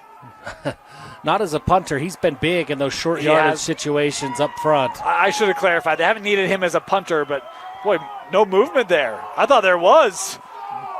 And that one caught. Touchdown. It's to Pierce. Oof. And Coach Robbins is fired up that there wasn't a false start called, and he should be fired up. The refs missed that one, and ultimately it was the guy who moved that makes the touchdown catch. Well, I even thought that you might have had Fontaine with a little jolt there as well. That one, that's Coach Robbins is justified to be fired up here. As it is, touchdown for Westlake, good throw. You get those opportunities, you got to take advantage of them, and Westlake has. So the 15-yard touchdown pass on third down as the point after up and good. And Mountain Ridge trailing for the first time tonight, 28-21. Westlake taking the lead with just over 8 minutes to play here in our third quarter. Statement drive for the Westlake offense. They take nearly 4 minutes off the clock, and they march down, and they show a lot of different things. It's going to be tough for Mountain Ridge to adjust and defend everything that Westlake has shown tonight. Yeah, of course, want to remind you, Mountain Ridge football is presented by TJ Olson Insurance. They're more than an insurance agency. They're a true part of our community. Thank you to TJ Olson Insurance for supporting our team at Mountain Ridge and helping make this season a success. Talk about guaranteed region champs coming into this one, looking for an outright region title with a win. Both these two programs doing things for the first time this year. We talked about some of the wins, but one of the other firsts for these two teams, both of these teams this year beat Bingham for the first time in program history. Yeah, that's big. Look, I know that Bingham didn't have some fantastic season this year. They're going through some rebuild and retooling of that program. But that B on a helmet still means something, and that's a huge win for both of these programs to kind of reintroduce themselves to this new look region and say, hey, we're going to be competitive every single year. Bingham was picked preseason by the coaches as the region champs. Wow. And, of course, it's these two, and, of course, Harriman in the mix there as well. Pending results tonight is this one into the end zone for the touchback. All right, so how do you get the spark back from Mountain Ridge? We've seen them move the football, Jeff. We've seen some of the drives stall, some penalties, but how do you get that spark back for this offense? Well, I think if you're Mountain Ridge, you reflect back on some of the close wins that they've had this year. I think of that Lehigh win that they had early. There were many times throughout the game that it looked like things could slip away from Mountain Ridge, and they just showed resolve, and they were able to continue to stay in that game. I think that's what you rely on here. They moved the ball effectively in the first half. Just keep doing what you're doing and play clean football. They've had some opportunities they haven't been able to capitalize on as they'll throw here on first down. That's DeYoung with the reception. He gained 16. That'll move the chains. Yeah, I mean, like I say, moving the football hasn't been an issue for Jackson Hunt in this offense. Just keep doing what you're doing and avoid the mistakes. First down. A little tempo here as DeYoung with this reception. Trying to keep those legs moving. They'll give him 5. And all of these Mountain Ridge receivers, they are so aggressive after the catch. It doesn't matter if the defender is in their pockets. It doesn't matter if they think they're going to get tackled. They are trying to spring a big play every single time they touch it. 2nd and 5 here. Westlake trying to get set up defensively. Little screen here for DeYoung. And gets out of the first arm tackle up near this first down. He's going to be a yard short. That's a great play by Jordan Fairbanks because the shift, I guess, from the Westlake defense was late. And if Fairbanks doesn't hold on to DeYoung, that defense was late getting there. He had a lot of green ahead of him. 3rd and 1. A lot of defenders in the box. They'll run. First down for Ofisa as he's across midfield. Now Jackson Hunt, he wants to move quick. Ofisa picks up the first down, and they are already on the ball looking to go again. I like they're trying to pick this up a little bit here, Jeff. Hunt looking. DeYoung caught to the 32. Here's that rhythm, that tempo we were talking about. And they're not going to go away from it. Nope. I mean, they're taking 6-7 seconds off the play clock. This one, they have to move downfield a little bit. But, man, they are going quick.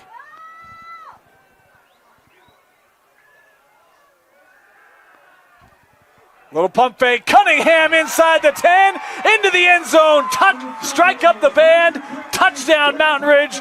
But there is a penalty flag on the field. This might be offensive pass interference. I'm watching the cannon. The cannon was all geared up. They were ready to fire that cannon. Somebody got word down to the cannon that, hey, there's a flag.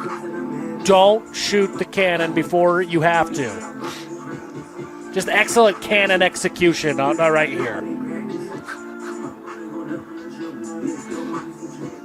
If we had a telestrator, I'd let you draw it up, Jeff. I wish just to that break we did. it down. I feel like I could break this down as well as anybody. The way that the cannon and I have confronted today, I feel like I'm equipped to break it down. Yeah. Still talking here, and now if the cannon wanted to have some fun, shoot that thing right now, you'd get everybody in the stadium. You might scare these refs into your call. as we await the call here. Oh, a touchdown stands. And the touchdown There is an unsportsmanlike on Mountain Ridge, but this will wait till after the cannon goes before we enforce it. Huh? Well, and now the whole operation's out of sorts now. The delay, yeah, you did it. Your kicker's lining up. I mean, this was shoddy work by the cannon crew. In fairness, I mean, there's a lot that goes on after a touchdown. Listen, Jeff. if you're gonna bring a cannon into a stadium, I expect perfection. You make one mistake with a cannon, and everybody is in a world of hurt. The point after is up. It's good. More importantly than the cannon, Mountain Ridge has tied it up 28 apiece on the touchdown pass from Hunt to Cohen Cunningham. And it only took a minute 20 seconds. That was kind of a flex your muscles drive for Mountain Ridge. Westlake they are methodically moving the ball, but they've had some penalties. They've had some things go their way. They've had to perform and execute long drives and multiple play drives in order to keep pace with Mountain Ridge. Mountain Ridge just kind of flexed and said, hey, guys, we can score faster than you can. You better be perfect all night long or we're going to get you. That was a great response by Mountain Ridge. It was a great response. And, again, because you get back in kind of that rhythm and your comfort zone.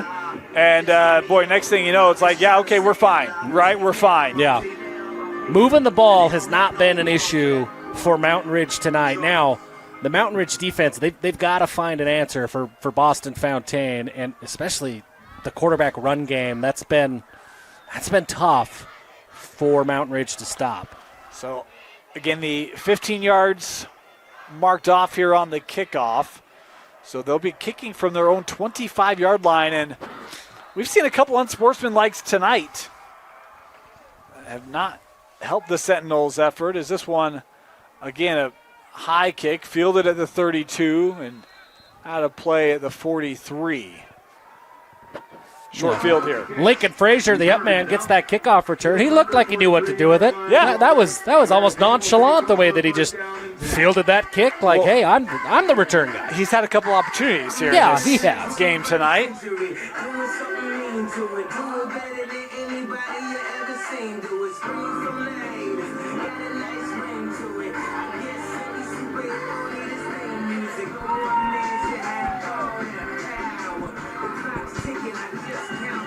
Westlake, Fountain and company.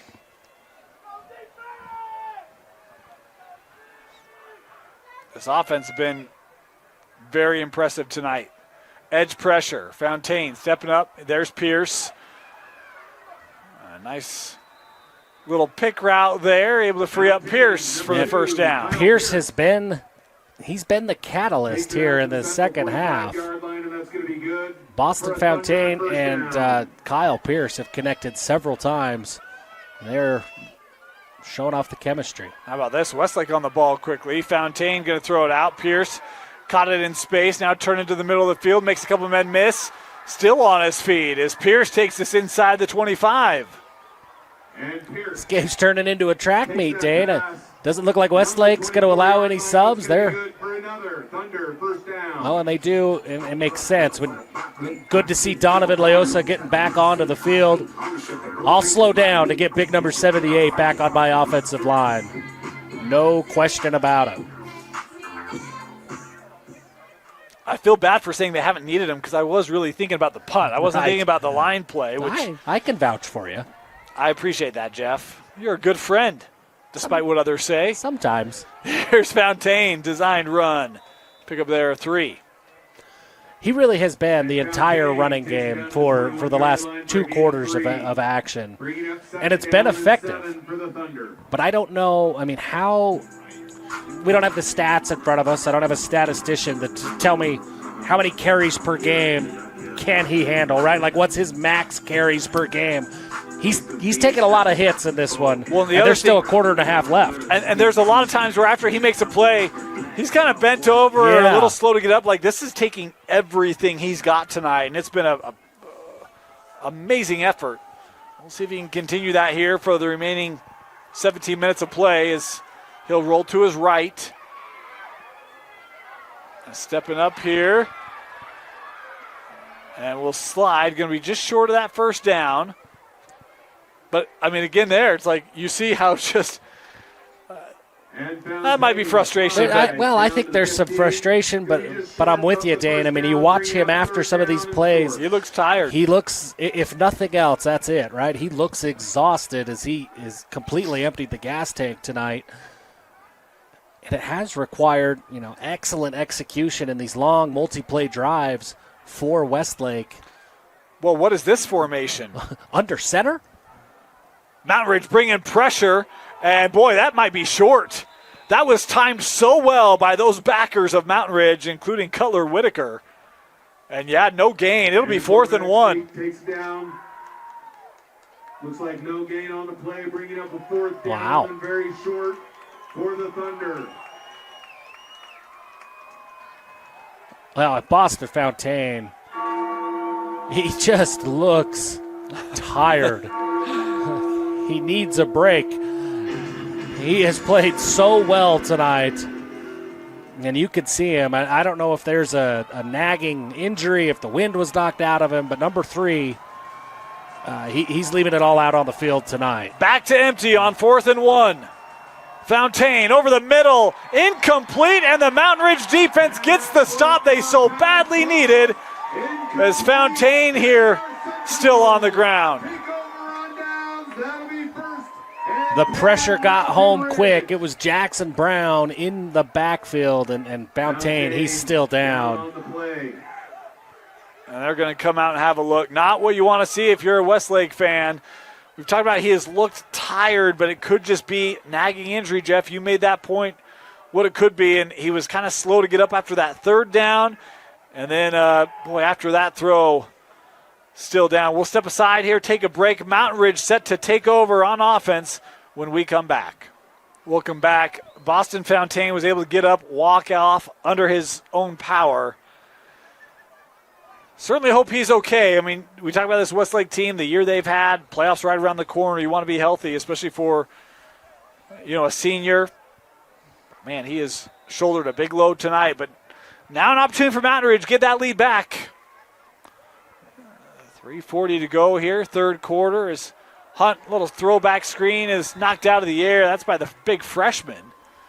Fale Papalongi with the big play. He read that screen really well. Man, he's made big play after big play tonight. He's an impressive freshman. Yes, he is. They don't list heights or weights on their roster. He's tall and he's big.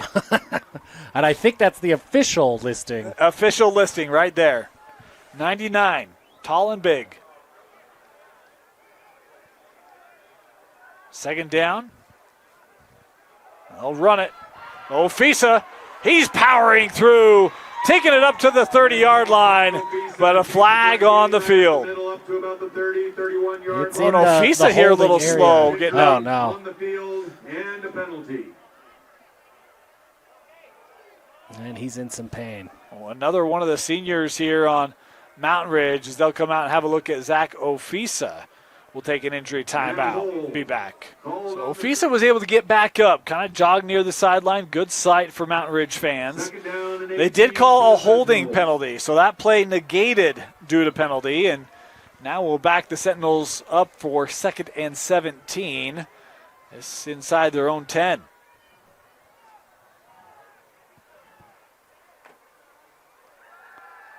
Hunt looking for a man. Boy, that's a tight window. Trying to get it back to Dumas, and it's incomplete. Yeah, and Lincoln Lee got his hands on it. That would have been the interception of a year if he was able to haul that in. But anytime a defensive back gets their hands on the ball and they don't come up with it, they're going to feel like they should have had an interception. Would have been a huge play. We kind of slid this in as we were talking about both quarterbacks, but both these two quarterbacks do a great job taking care of the football. Only 6 interceptions for Hunt coming into the game, only 2 for Fountain. And they've done a good job of that again here tonight. 3rd down, and that is DeYoung. 1st down for Mountain Ridge. How about that? Go back to Old Reliable to move the sticks. My goodness, when you need a big play, look to Titan. Holy cow. His ability to get downfield and up to his speed quickly after that catch. 1st down, Cunningham in motion. Little play action. Hunt will just throw this away. Nearest receiver was Renteria. And Hunt scrambles. And Cooper White in on the pressure, along with Lincoln Lee. Westlake had that play read.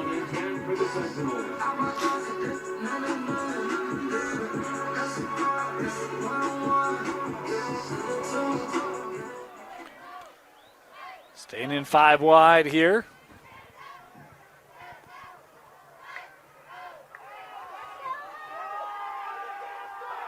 One missed opportunity there. Westlake had a couple players near jumping.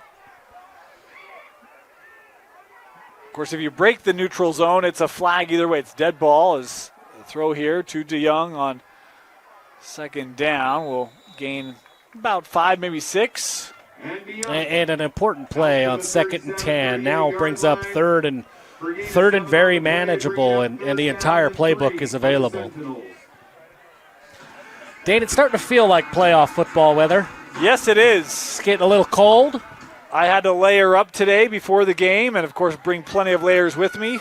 I didn't quite get there. I thought maybe we got one more week. Nope. Nope. We do not. Hunt on third down.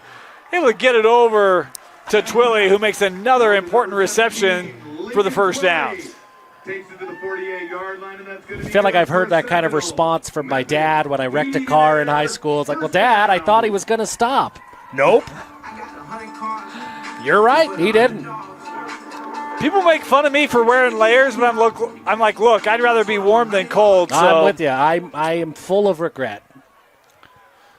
How about Twilley? He's had maybe 5, 6 catches tonight. When he's been involved, this Mountain Ridge offense has good. done good things. Looking for DeYoung, incomplete. And that pass And we've got a flag near side, maybe a hold here. I think so. Well, I think defensive holding or pass interference, depending on when that ball was thrown. There was a lot of contact on DeYoung here down the sideline. I was going to say we have not had a lot of penalties called on Westlake tonight. It will be a defensive holding. Holding called on the defense. Yeah, just a lot of contact. Fairbanks and DeYoung. Look, DeYoung is as tough of a cover as there is here in the state of Utah. So Fairbanks has had a really tough assignment, and better a hold than a touchdown. So another TJ Olson first down here for the Sentinels as DeYoung in motion there. They'll stay on the ground. Ofisa, he's starting to get some chunk runs going. This one for 8. Yeah, the way that this Mountain Ridge offense is spread out and with the effectiveness of the passing game, there's some wide open running lanes. They haven't gone to it repeatedly, but when they have gone to it, it's been there. And Ofisa and Gates and company have had some big plays. Yeah, Gates back on here for this second down as bunch formation, little flea flicker, covered well, and Hunt going to have to step up. Looking up that left lane. He's got a first down as he'll run out of bounds inside the 25, but great discipline by that Westlake defense. They stayed right with those receivers, didn't bite on any of the play action. Yeah, and a great job by Jackson Hunt to recognize quickly that, hey, that play's not going to be there. He tucks it, moves the chains. Really, that was made possible by Titan DeYoung. He had a huge pickup in pass protection as Fali Papalangi was barreling down on the quarterback. First down. Just outside the red zone. That one deflected, nearly intercepted. Boy, Afubai nearly had a chance at a game-changing play. Would have been a huge game-changing play. Jackson Hunt and the Mountain Ridge offense fortunate on that one. But that was able to just slip through the hands of Afubai.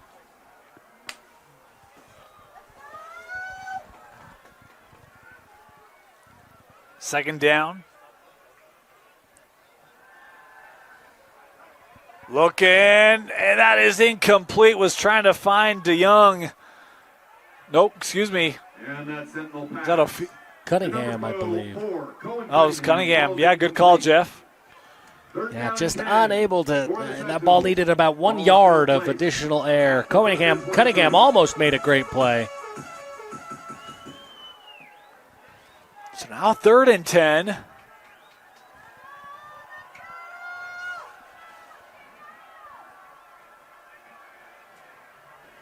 Missed a field goal earlier tonight. Have to wonder from what distance they'd be comfortable in on this cold evening. A little bit of a breeze down on the field. Hunt looking for the wheel there from DeYoung, or for Ofisa, was just behind him, incomplete, and now it's that fourth down, decision time. It is decision time, and it looks like the kicking team is coming on, and this, I think, is already going better than the first field goal attempt. Certainly more time. Yeah, right? The last one was awfully rushed. Yep, Robinson's going to have his time to get set, get lined up. Needs his holder. But he does need a holder out there. So 15 seconds on the play clock here. This will be a 41-yard attempt for Robinson. This kick is blocked and nearly returned. Westlake able to jump on it. And the Thunder special teams play here, keeping us even at 28. Well, and the snap was high. Holder did a good job of corralling that snap and getting it down, but just kind of threw off the timing. Kick comes in a little bit low, and Westlake, they were going all-out block. There were 4 or 5 guys that you could attribute that block to. Tell you, there are a lot of little things going the way of Westlake in this game. There right? are. Talking about a missed field goal, you've got a blocked field goal. There have been touchdowns come off the board. There have been penalties. A lot of things have just allowed them to hang around, and they've taken advantage of those, and now they've got a chance here with the ball to potentially retake the lead.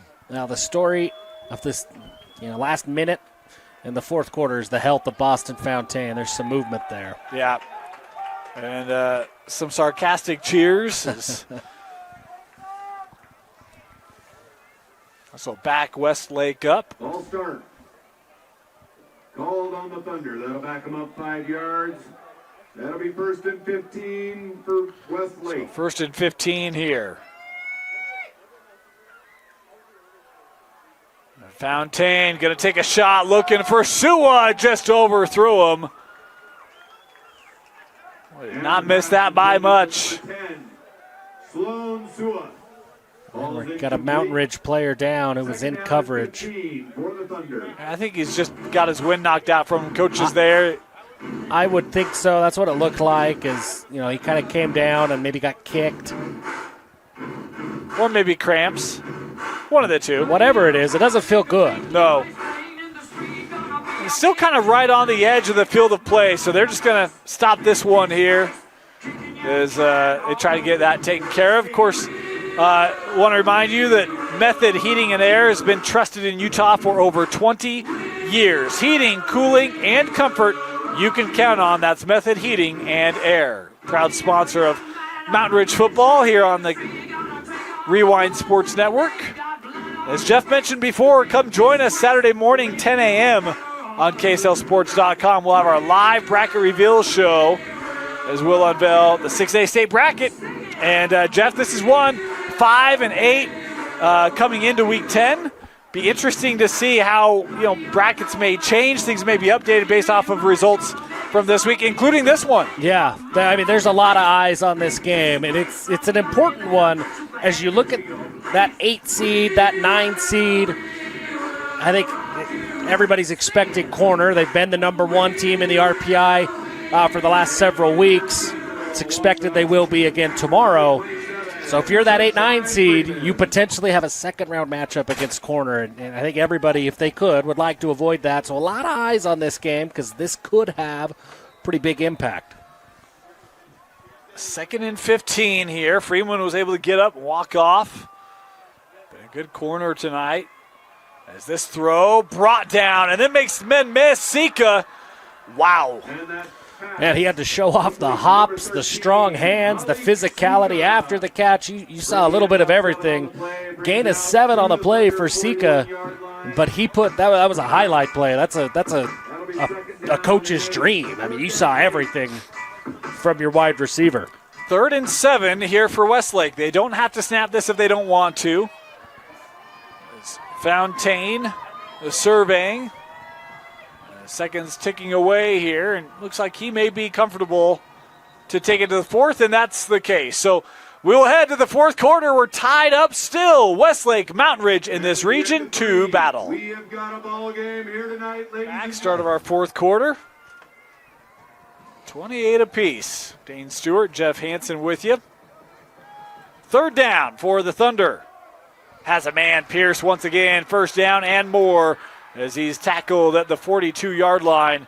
And Kyle Pierce, man. Kyle Pierce with the Second half to remember for Westlake. Fountain made a quick hand signal. Looked like Aaron Rodgers and Devontae Adams back in the day. Looked and read something on that defense. Made a quick hand gesture to Pierce before that play, before the ball was snapped, and there they go. Most of my hand gestures don't get interpreted that way. It works well for them. Fountain running out of time and brought down. The pressure of Cutler Whitaker able to get home for his first sack of the night. The senior Cutler Whitaker with the big sack, his third sack of the season, and I think that's the first sack as a team tonight, if I'm not mistaken. Fountain has been so elusive all night long, but Cutler Whitaker came from that blind side, and he was able to get home. That's a huge play. It backs him up now. 2nd and 16. Both teams with all their timeouts left here. Mountain Ridge bringing pressure again. Fountain, he's got some turf in front of him, tucking it, and going to be brought down to the 37, but he'll gain all of that loss back and then some. And it's good to see from Fountain. He was slow to get up and obviously stayed down after contact on that last drive. Here's the first contact after the run, and he's able to bounce back up quickly, get back into the huddle. That's a good sign for Westlake fans. Yeah.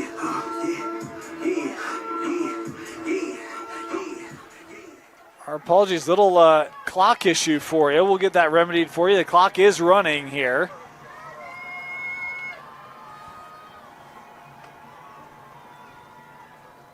Mountain Ridge showing pressure again from the edge. Fountain gonna go down again.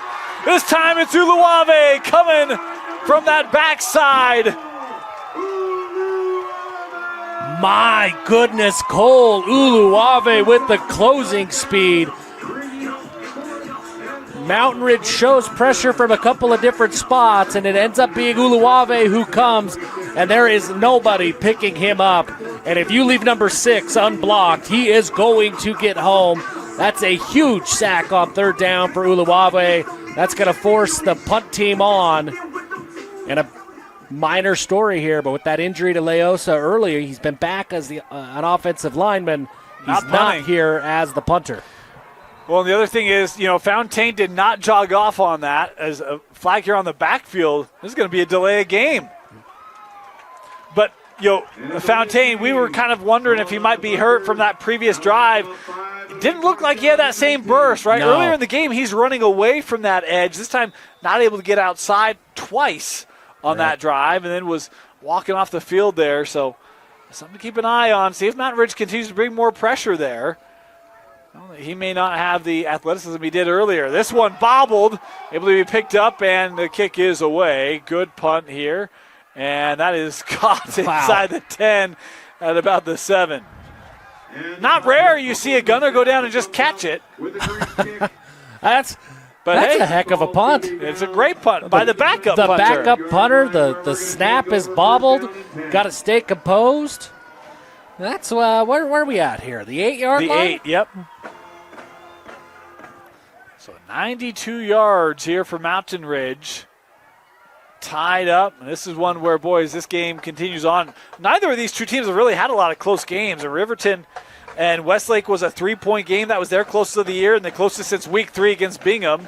Meanwhile, for Mountain Ridge, their closest game of the year was that 9-7 one back in week 2, and the closest one since then was Harriman at 24-8. So both these teams very familiar with having comfortable wins, and obviously I'm a big fan of being tested, especially right before the playoffs, so I figure this will give both teams a good opportunity to kind of get themselves ready for what's ahead. Yeah, I think it's exactly what you need. You expect playoff games to be close. If you're going to make a run, you're going to be in some tight games, need some heroics. And here we are inside of 9 minutes left in the game in the fourth quarter, and it's a tie ball game. This is good experience for both teams. Second down. Hunt with the quick throw. DeYoung trying to get back to the sticks, and he's going to be just a yard short. It'll be 3rd and 1. Titan DeYoung, man, took 4 Westlake Thunder, and I think he did get it on the second effort. I thought they had him short on that far side. I thought they marked him short initially. It looked like he got there to me. Yeah, I thought so too. But I was with you. I thought they marked him short, but second effort, good enough to move the chains. Yeah.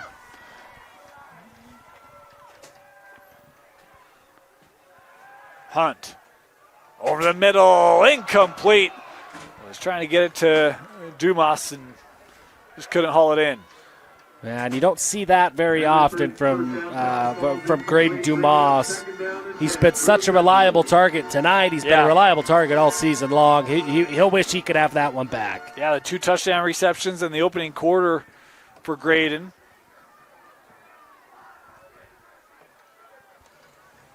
Bring up a 2nd and 10 here. Trips to the bottom of the formation. Designed run. Hunt gets a block from Ofisa and gets hit pretty good by Afuvai, the leading tackler for Westlake. And we haven't talked about Drayson Afuvai very much tonight. But, man, I mean, he's all over the field. He is the captain of this Westlake defense. Comes up with a big play. Big 3rd down here for the Sentinels. They've got to get to the 28-yard line. As Hunt looking near side. Been a lot of one-on-one coverage for Mountain Ridge. They just haven't been able to take advantage of that. Throwing for Cunningham. 1st down and more. There it is. Nice little concept near side as Cunningham able to cut in and make the reception. What a gutsy throw by Jackson Hunt. The pressure got through the offensive line, and Hunt knew he was going to get popped on that play, and he delivers a dime downfield to Cohen Cunningham. And Cunningham, boy, that's one where it's like you trust him getting the right spot. He does, as Ofisa here on the run will pick up about 3 yards, maybe 4. But that talks about that's a great display of the chemistry those two have had all year long, the trust. And then, Cunningham, the senior, able to go up and get it. Yeah, I mean, look, when Cohen Cunningham, he's been so reliable. He's had so many highlight plays and highlight nights. Yeah, you're going to trust number 4 to go make a play. Important for Mountain Ridge here as well because you go from, punting deep in your own end. Now you're approaching midfield. Even if this drive doesn't turn out, Westlake's going to have a long field. But, of course, you'd love to get points here. Probably take some more clock off as well as Hunt throws out near side. Nice elusivity as Cunningham again. I love that he just finishes every play. He never gets tackled. He maybe goes out of bounds. You maybe stop forward progress. The number 4 is rarely on the ground. So another 1st down here. Brought to you by TJ Olson Insurance. Is across midfield. In an in-drive adjustment, I think Cooper White has been coming off the edge and beating his guy a lot. I'm giving underneath. That's great, and Dumas able to pick up a couple. And you could see it there that the aggressive nature of Cooper White. Nick Robbins, the coach, that's where these plays are going. Try to make Cooper White slow down by forcing him to make a decision. I think you're going to see that running back stay in and chip a little bit in pass protection as well. Number 20's been a menace off the edge. I think they got this ball with like 9 minutes left, didn't they? Yeah, this has been an impressive drive so far. Yeah, that clock continuing to run here. On this 2nd down, Hunt looking over the middle, dangerous, and it's caught by Cunningham. Boy, that had interception written all over it, and Cohen Cunningham stuck with it and brought it in. Man, we talk about all of the little things that have bounced Westlake's way tonight. That feels like the first bounce that has gone the way of Mountain Ridge, and Cohen Cunningham is there to take advantage. I think it was Gagan that had the opportunity and couldn't bring it in. And a good throw by Hunt. It's nearly picked off, but again, number 20 was there on the pressure, and Hunt had to get rid of it quick. First down run for Ofisa. Trying that left side. Able to pick up 7 yards here. With a gain of 7. Takes it down to the 15-yard line. That's going to be 2nd down and 3 for the Sentinels. And just like that, Jeff, we're almost at the 4-minute mark. Yeah, this has been, for all the pace and tempo that Mountain Ridge has played with tonight, this has been a time-consuming drive. And they're in no hurry now. Nope. DeYoung in one-on-one coverage up top. Boy, everyone near the line of scrimmage here.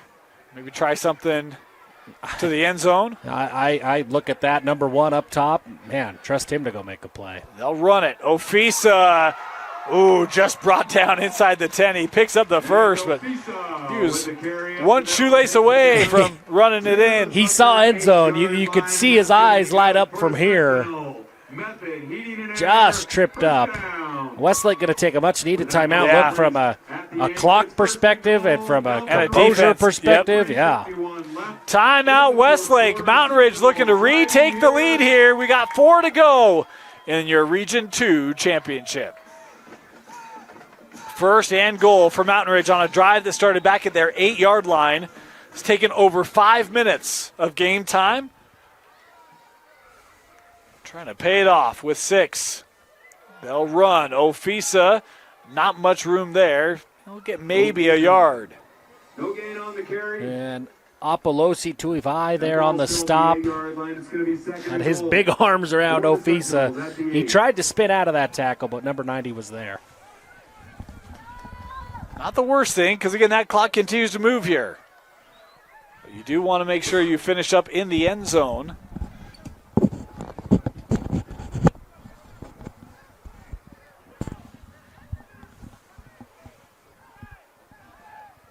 Loaded to the top of the screen here.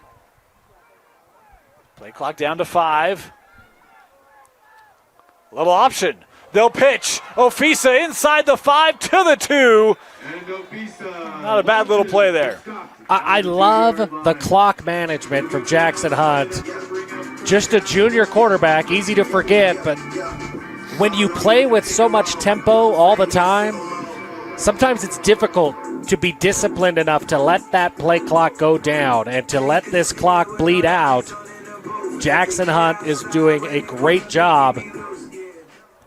We're now at 2.5 minutes left. This has been a nearly 7-minute drive so far. 3rd and goal. They might take their first time out here. And that'll be the case. 2:20 left and a timeout taken here by Mountain Ridge. 3rd and goal, looking for the lead late. Don't go anywhere. We'll be back. 3rd and goal from the 2. Jeff, what are you thinking here? I'm looking at Ofisa, that 220-pound back. It's cold tonight, and he's had success on the ground. Just call him an OC, folks. Ofisa stretches in, and he's in. Touchdown, Mountain Ridge. And that ball came out late, but remember, folks, just got to break the play into the end zone. And I believe Ofisa did that. The refs were quick to signal touchdown. Look at me and the cannon. If that's the last one, I got the last laugh tonight. So it is a 7-minute drive that goes 92 yards, capped off with Ofisa for his 2nd rushing touchdown of the night. And that point after is up, is good. Whistles here, though. And the kick is up. Okay. And it is good. We're all good. 35-28, Mountain Ridge taking the lead late. Does Boston Fountain have a little magic in him on the road? 28. And he's going to have to dig deep. I mean, Yeah. we talked about it. I don't know, 5 minutes left in the 3rd quarter. It looked like he was running out of gas. I mean, he has played so hard and had to make so many big plays. You could see the exhaustion sinking in. Does he have 2 minutes and 13 seconds left to get his team down the field one more time? The way he's played tonight, I'll believe that he's capable of anything. He's been phenomenal for the Thunder. Well, this is one where, made mention of it a little bit earlier. You've got a cheat code over there in Malik Sika. And so if you've got a quarterback who maybe isn't quite healthy, can you find some ways to get him the football early? That'd help. Let him go to work. Yeah. It feels like we haven't really seen Sika with many receptions in this second half as this kickoff into the end zone for the touchback. And the Robeson kick goes into the end zone. It's going to be touchback. So I believe Westlake, 2 timeouts left, 2 minutes and 13 seconds left on the clock here inside the stadium. Boston Fountain is going to have to find some magic to go 80 yards downfield.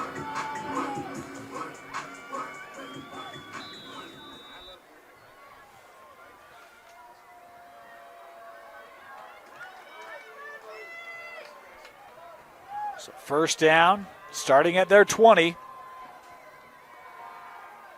Fountain was looking for Sua. It was covered. Now it's going to go for Simon. That's caught at the 45. My goodness, the patience in the pocket for Fountain. And really the performance of that offensive line, they gave him all day, and he found Sua downfield. They're quick onto the ball. Fountain stepping up. Will go down here. That clock running. They do have 2 timeouts left. And number 99, Well, we asked Dane, does he have any gas left in the tank? Through 2 plays, this looks like the Boston Fountain we were able to see in the first half. He's elusive, he's quick.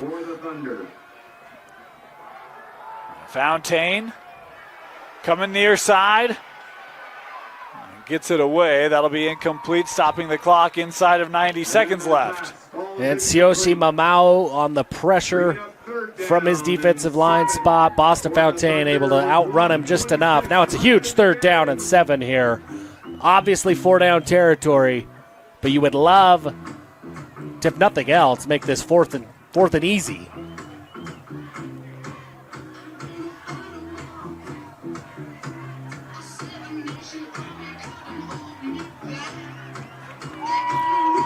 Looking for what I think would be their first, well, it is their first region title, trying to make it outright. This Mountain Ridge defense, 86 seconds away as whistles here. Going to take a timeout with the clock already stopped. Begin such a pivotal play on a 3rd and 7. You want to make sure you get it right. Yeah, that's a tough one. It is the right call to make a timeout there. If you see something in that defense that the play call you have in isn't going to work, you've got to take it. That's a tough pill to swallow with 1:22 left to play. Jeff, great game tonight. What have you learned about these 2 teams? Well, we've seen box scores, and we've watched, Boston Fountain in highlights as the season has gone along. I've been impressed with him, his poise and his grit and just the heart that he has played with tonight. He's left it all on the field. And then on the flip side, the control and the patience from Jackson Hunt. These 2 quarterbacks have been impressive in highlights. They've been impressive as we've been able to see them in bits and pieces this year. But being able to take it in person, these are 2 excellent quarterbacks on display tonight. 3rd and 7.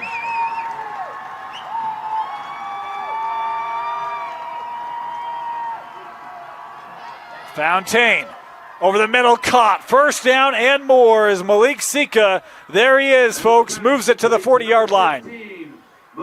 Now you said it. He's a cheat code. 3rd and 7, you need a play. Find 13 and give him a shot. And now we've got a Westlake player down. Is that Malik? I believe it is. He took a big hit, and he got hit right in the hip, and he was down and then tried to get back up, but came back down. Injury timeout. We'll step aside, be back. Westlake will have it first down.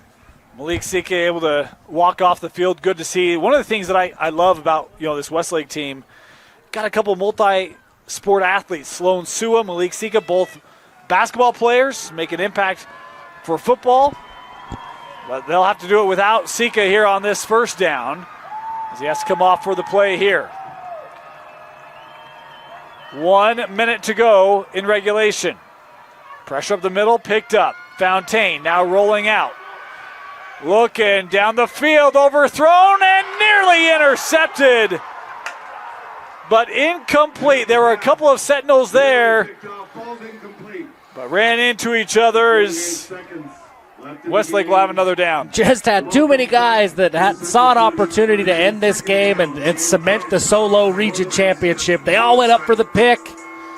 You know, this isn't like baseball. It's tough to call it. You don't practice it like that. I got it.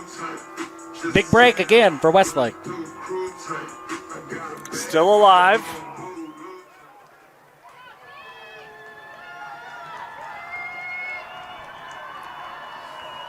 Sika back on the field on this second down play.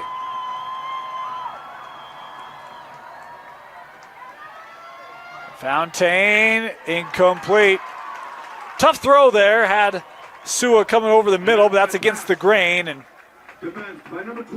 yeah, really tough. I'm watching some conversation here between Fontaine and Jackson Brown.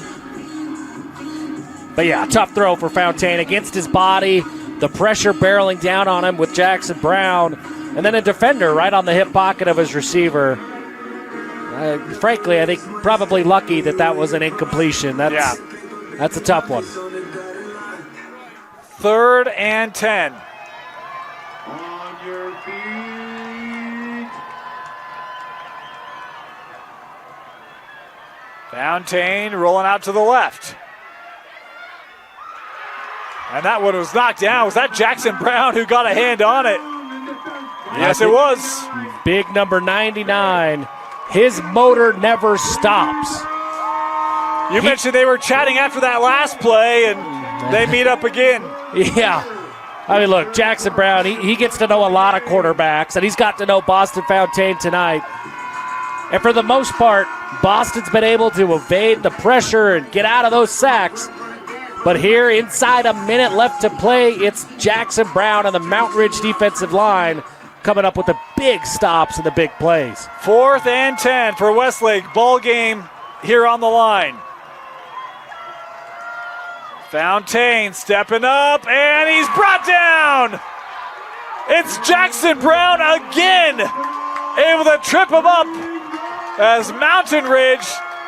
Brown's going to be flagged for that. He gave a wave to the Westlake bench, and the far side official saw it, threw it. This is dead ball, so I don't think it will affect possession. Well, I think it'll still be Mountain Ridge possession, but wow. Mountain Ridge, the Westlake offense staying on the field. Now they finally concede. Look, it's a game. It's a region championship clinching play. That's a flag that a head coach could live with. I don't think so. I don't think Coach Robbins is going to like. It's one of those where it's like, I mean, we saw it at the end of the first half, Jeff, right? Like, you think you're coming off the field, there's an unsportsmanlike, and next thing you know, they're scoring a touchdown, right? It's one where, hey, I get it. I get the emotion, the excitement, but it's like. I hear you. But Coach is absolutely going to bring it up. I would also argue, come on. Yeah. Not like. That's my take. I think no head coach is going to let it slide. I'm sure by the rule book that is, but I'm like. Yeah, like, know the moment. That's anyway, a game-winning play. It's a game-winning play. Jackson Brown, man, he stepped up huge on that drive. Yeah, I mean, 3 plays, right? Where right he's in a row. Impacting, boom, boom, boom, and it's the senior Jackson Brown helping this defense get the stop. As one timeout left for Westlake, I wouldn't imagine they would take it as victory formation, and that will do it. The Mountain Ridge Sentinels got tested in Week 10, but they stood up to it, overcame the challenge, and they are the Region 2 champs with a 35-28 win over Westlake. Jeff, your thoughts? A lot of heart from this Westlake team. The fight from the Thunder was impressive. But ultimately, Mountain Ridge, they come up with big plays down the stretch. And they do just enough. I'm super impressed. There's a lot of helmet sticker-worthy performances to go around. I'm going to give it to big number 99. The way that he steps up and makes those plays down that final stretch, it was the plays that hadn't been made all year long, or all night long. Boston Fountain had been able to avoid pressure, been able to step out of sacks and make big plays downfield. Jackson Brown made sure that didn't happen on that final drive and helped seal that win for the Sentinels. Big-time players make big plays in big games. Isn't that the saying? That's it. And it was the senior on senior night. Jackson Brown with 2 sacks and a deflection to really stymie that last drive and secure it for Mountain Ridge. Super impressed by both these two teams tonight. They'll both qualify for the 6A state playoffs. They'll both be tough outs in the 6A state playoffs. And want to invite all of you to come join us at 10 a.m. Saturday morning for our live bracket reveal on KSLSports.com as the Mountain Ridge Sentinels finish off region play. Perfect. 6-0, your region champs. The longest winning streak now in program history, a 7-game win streak, and 8 wins for the first time since 21. Congratulations to the Sentinels as they defeat Westlake 35-28 here at Mountain Ridge High School. For Tino Psyche, Jeff Hansen, my name is Dane Stewart. Thank you for joining us for KSL Sports Rewind's Game of the Week and Mountain Ridge Football, brought to you by TJ Olson Insurance on KSLSports.com.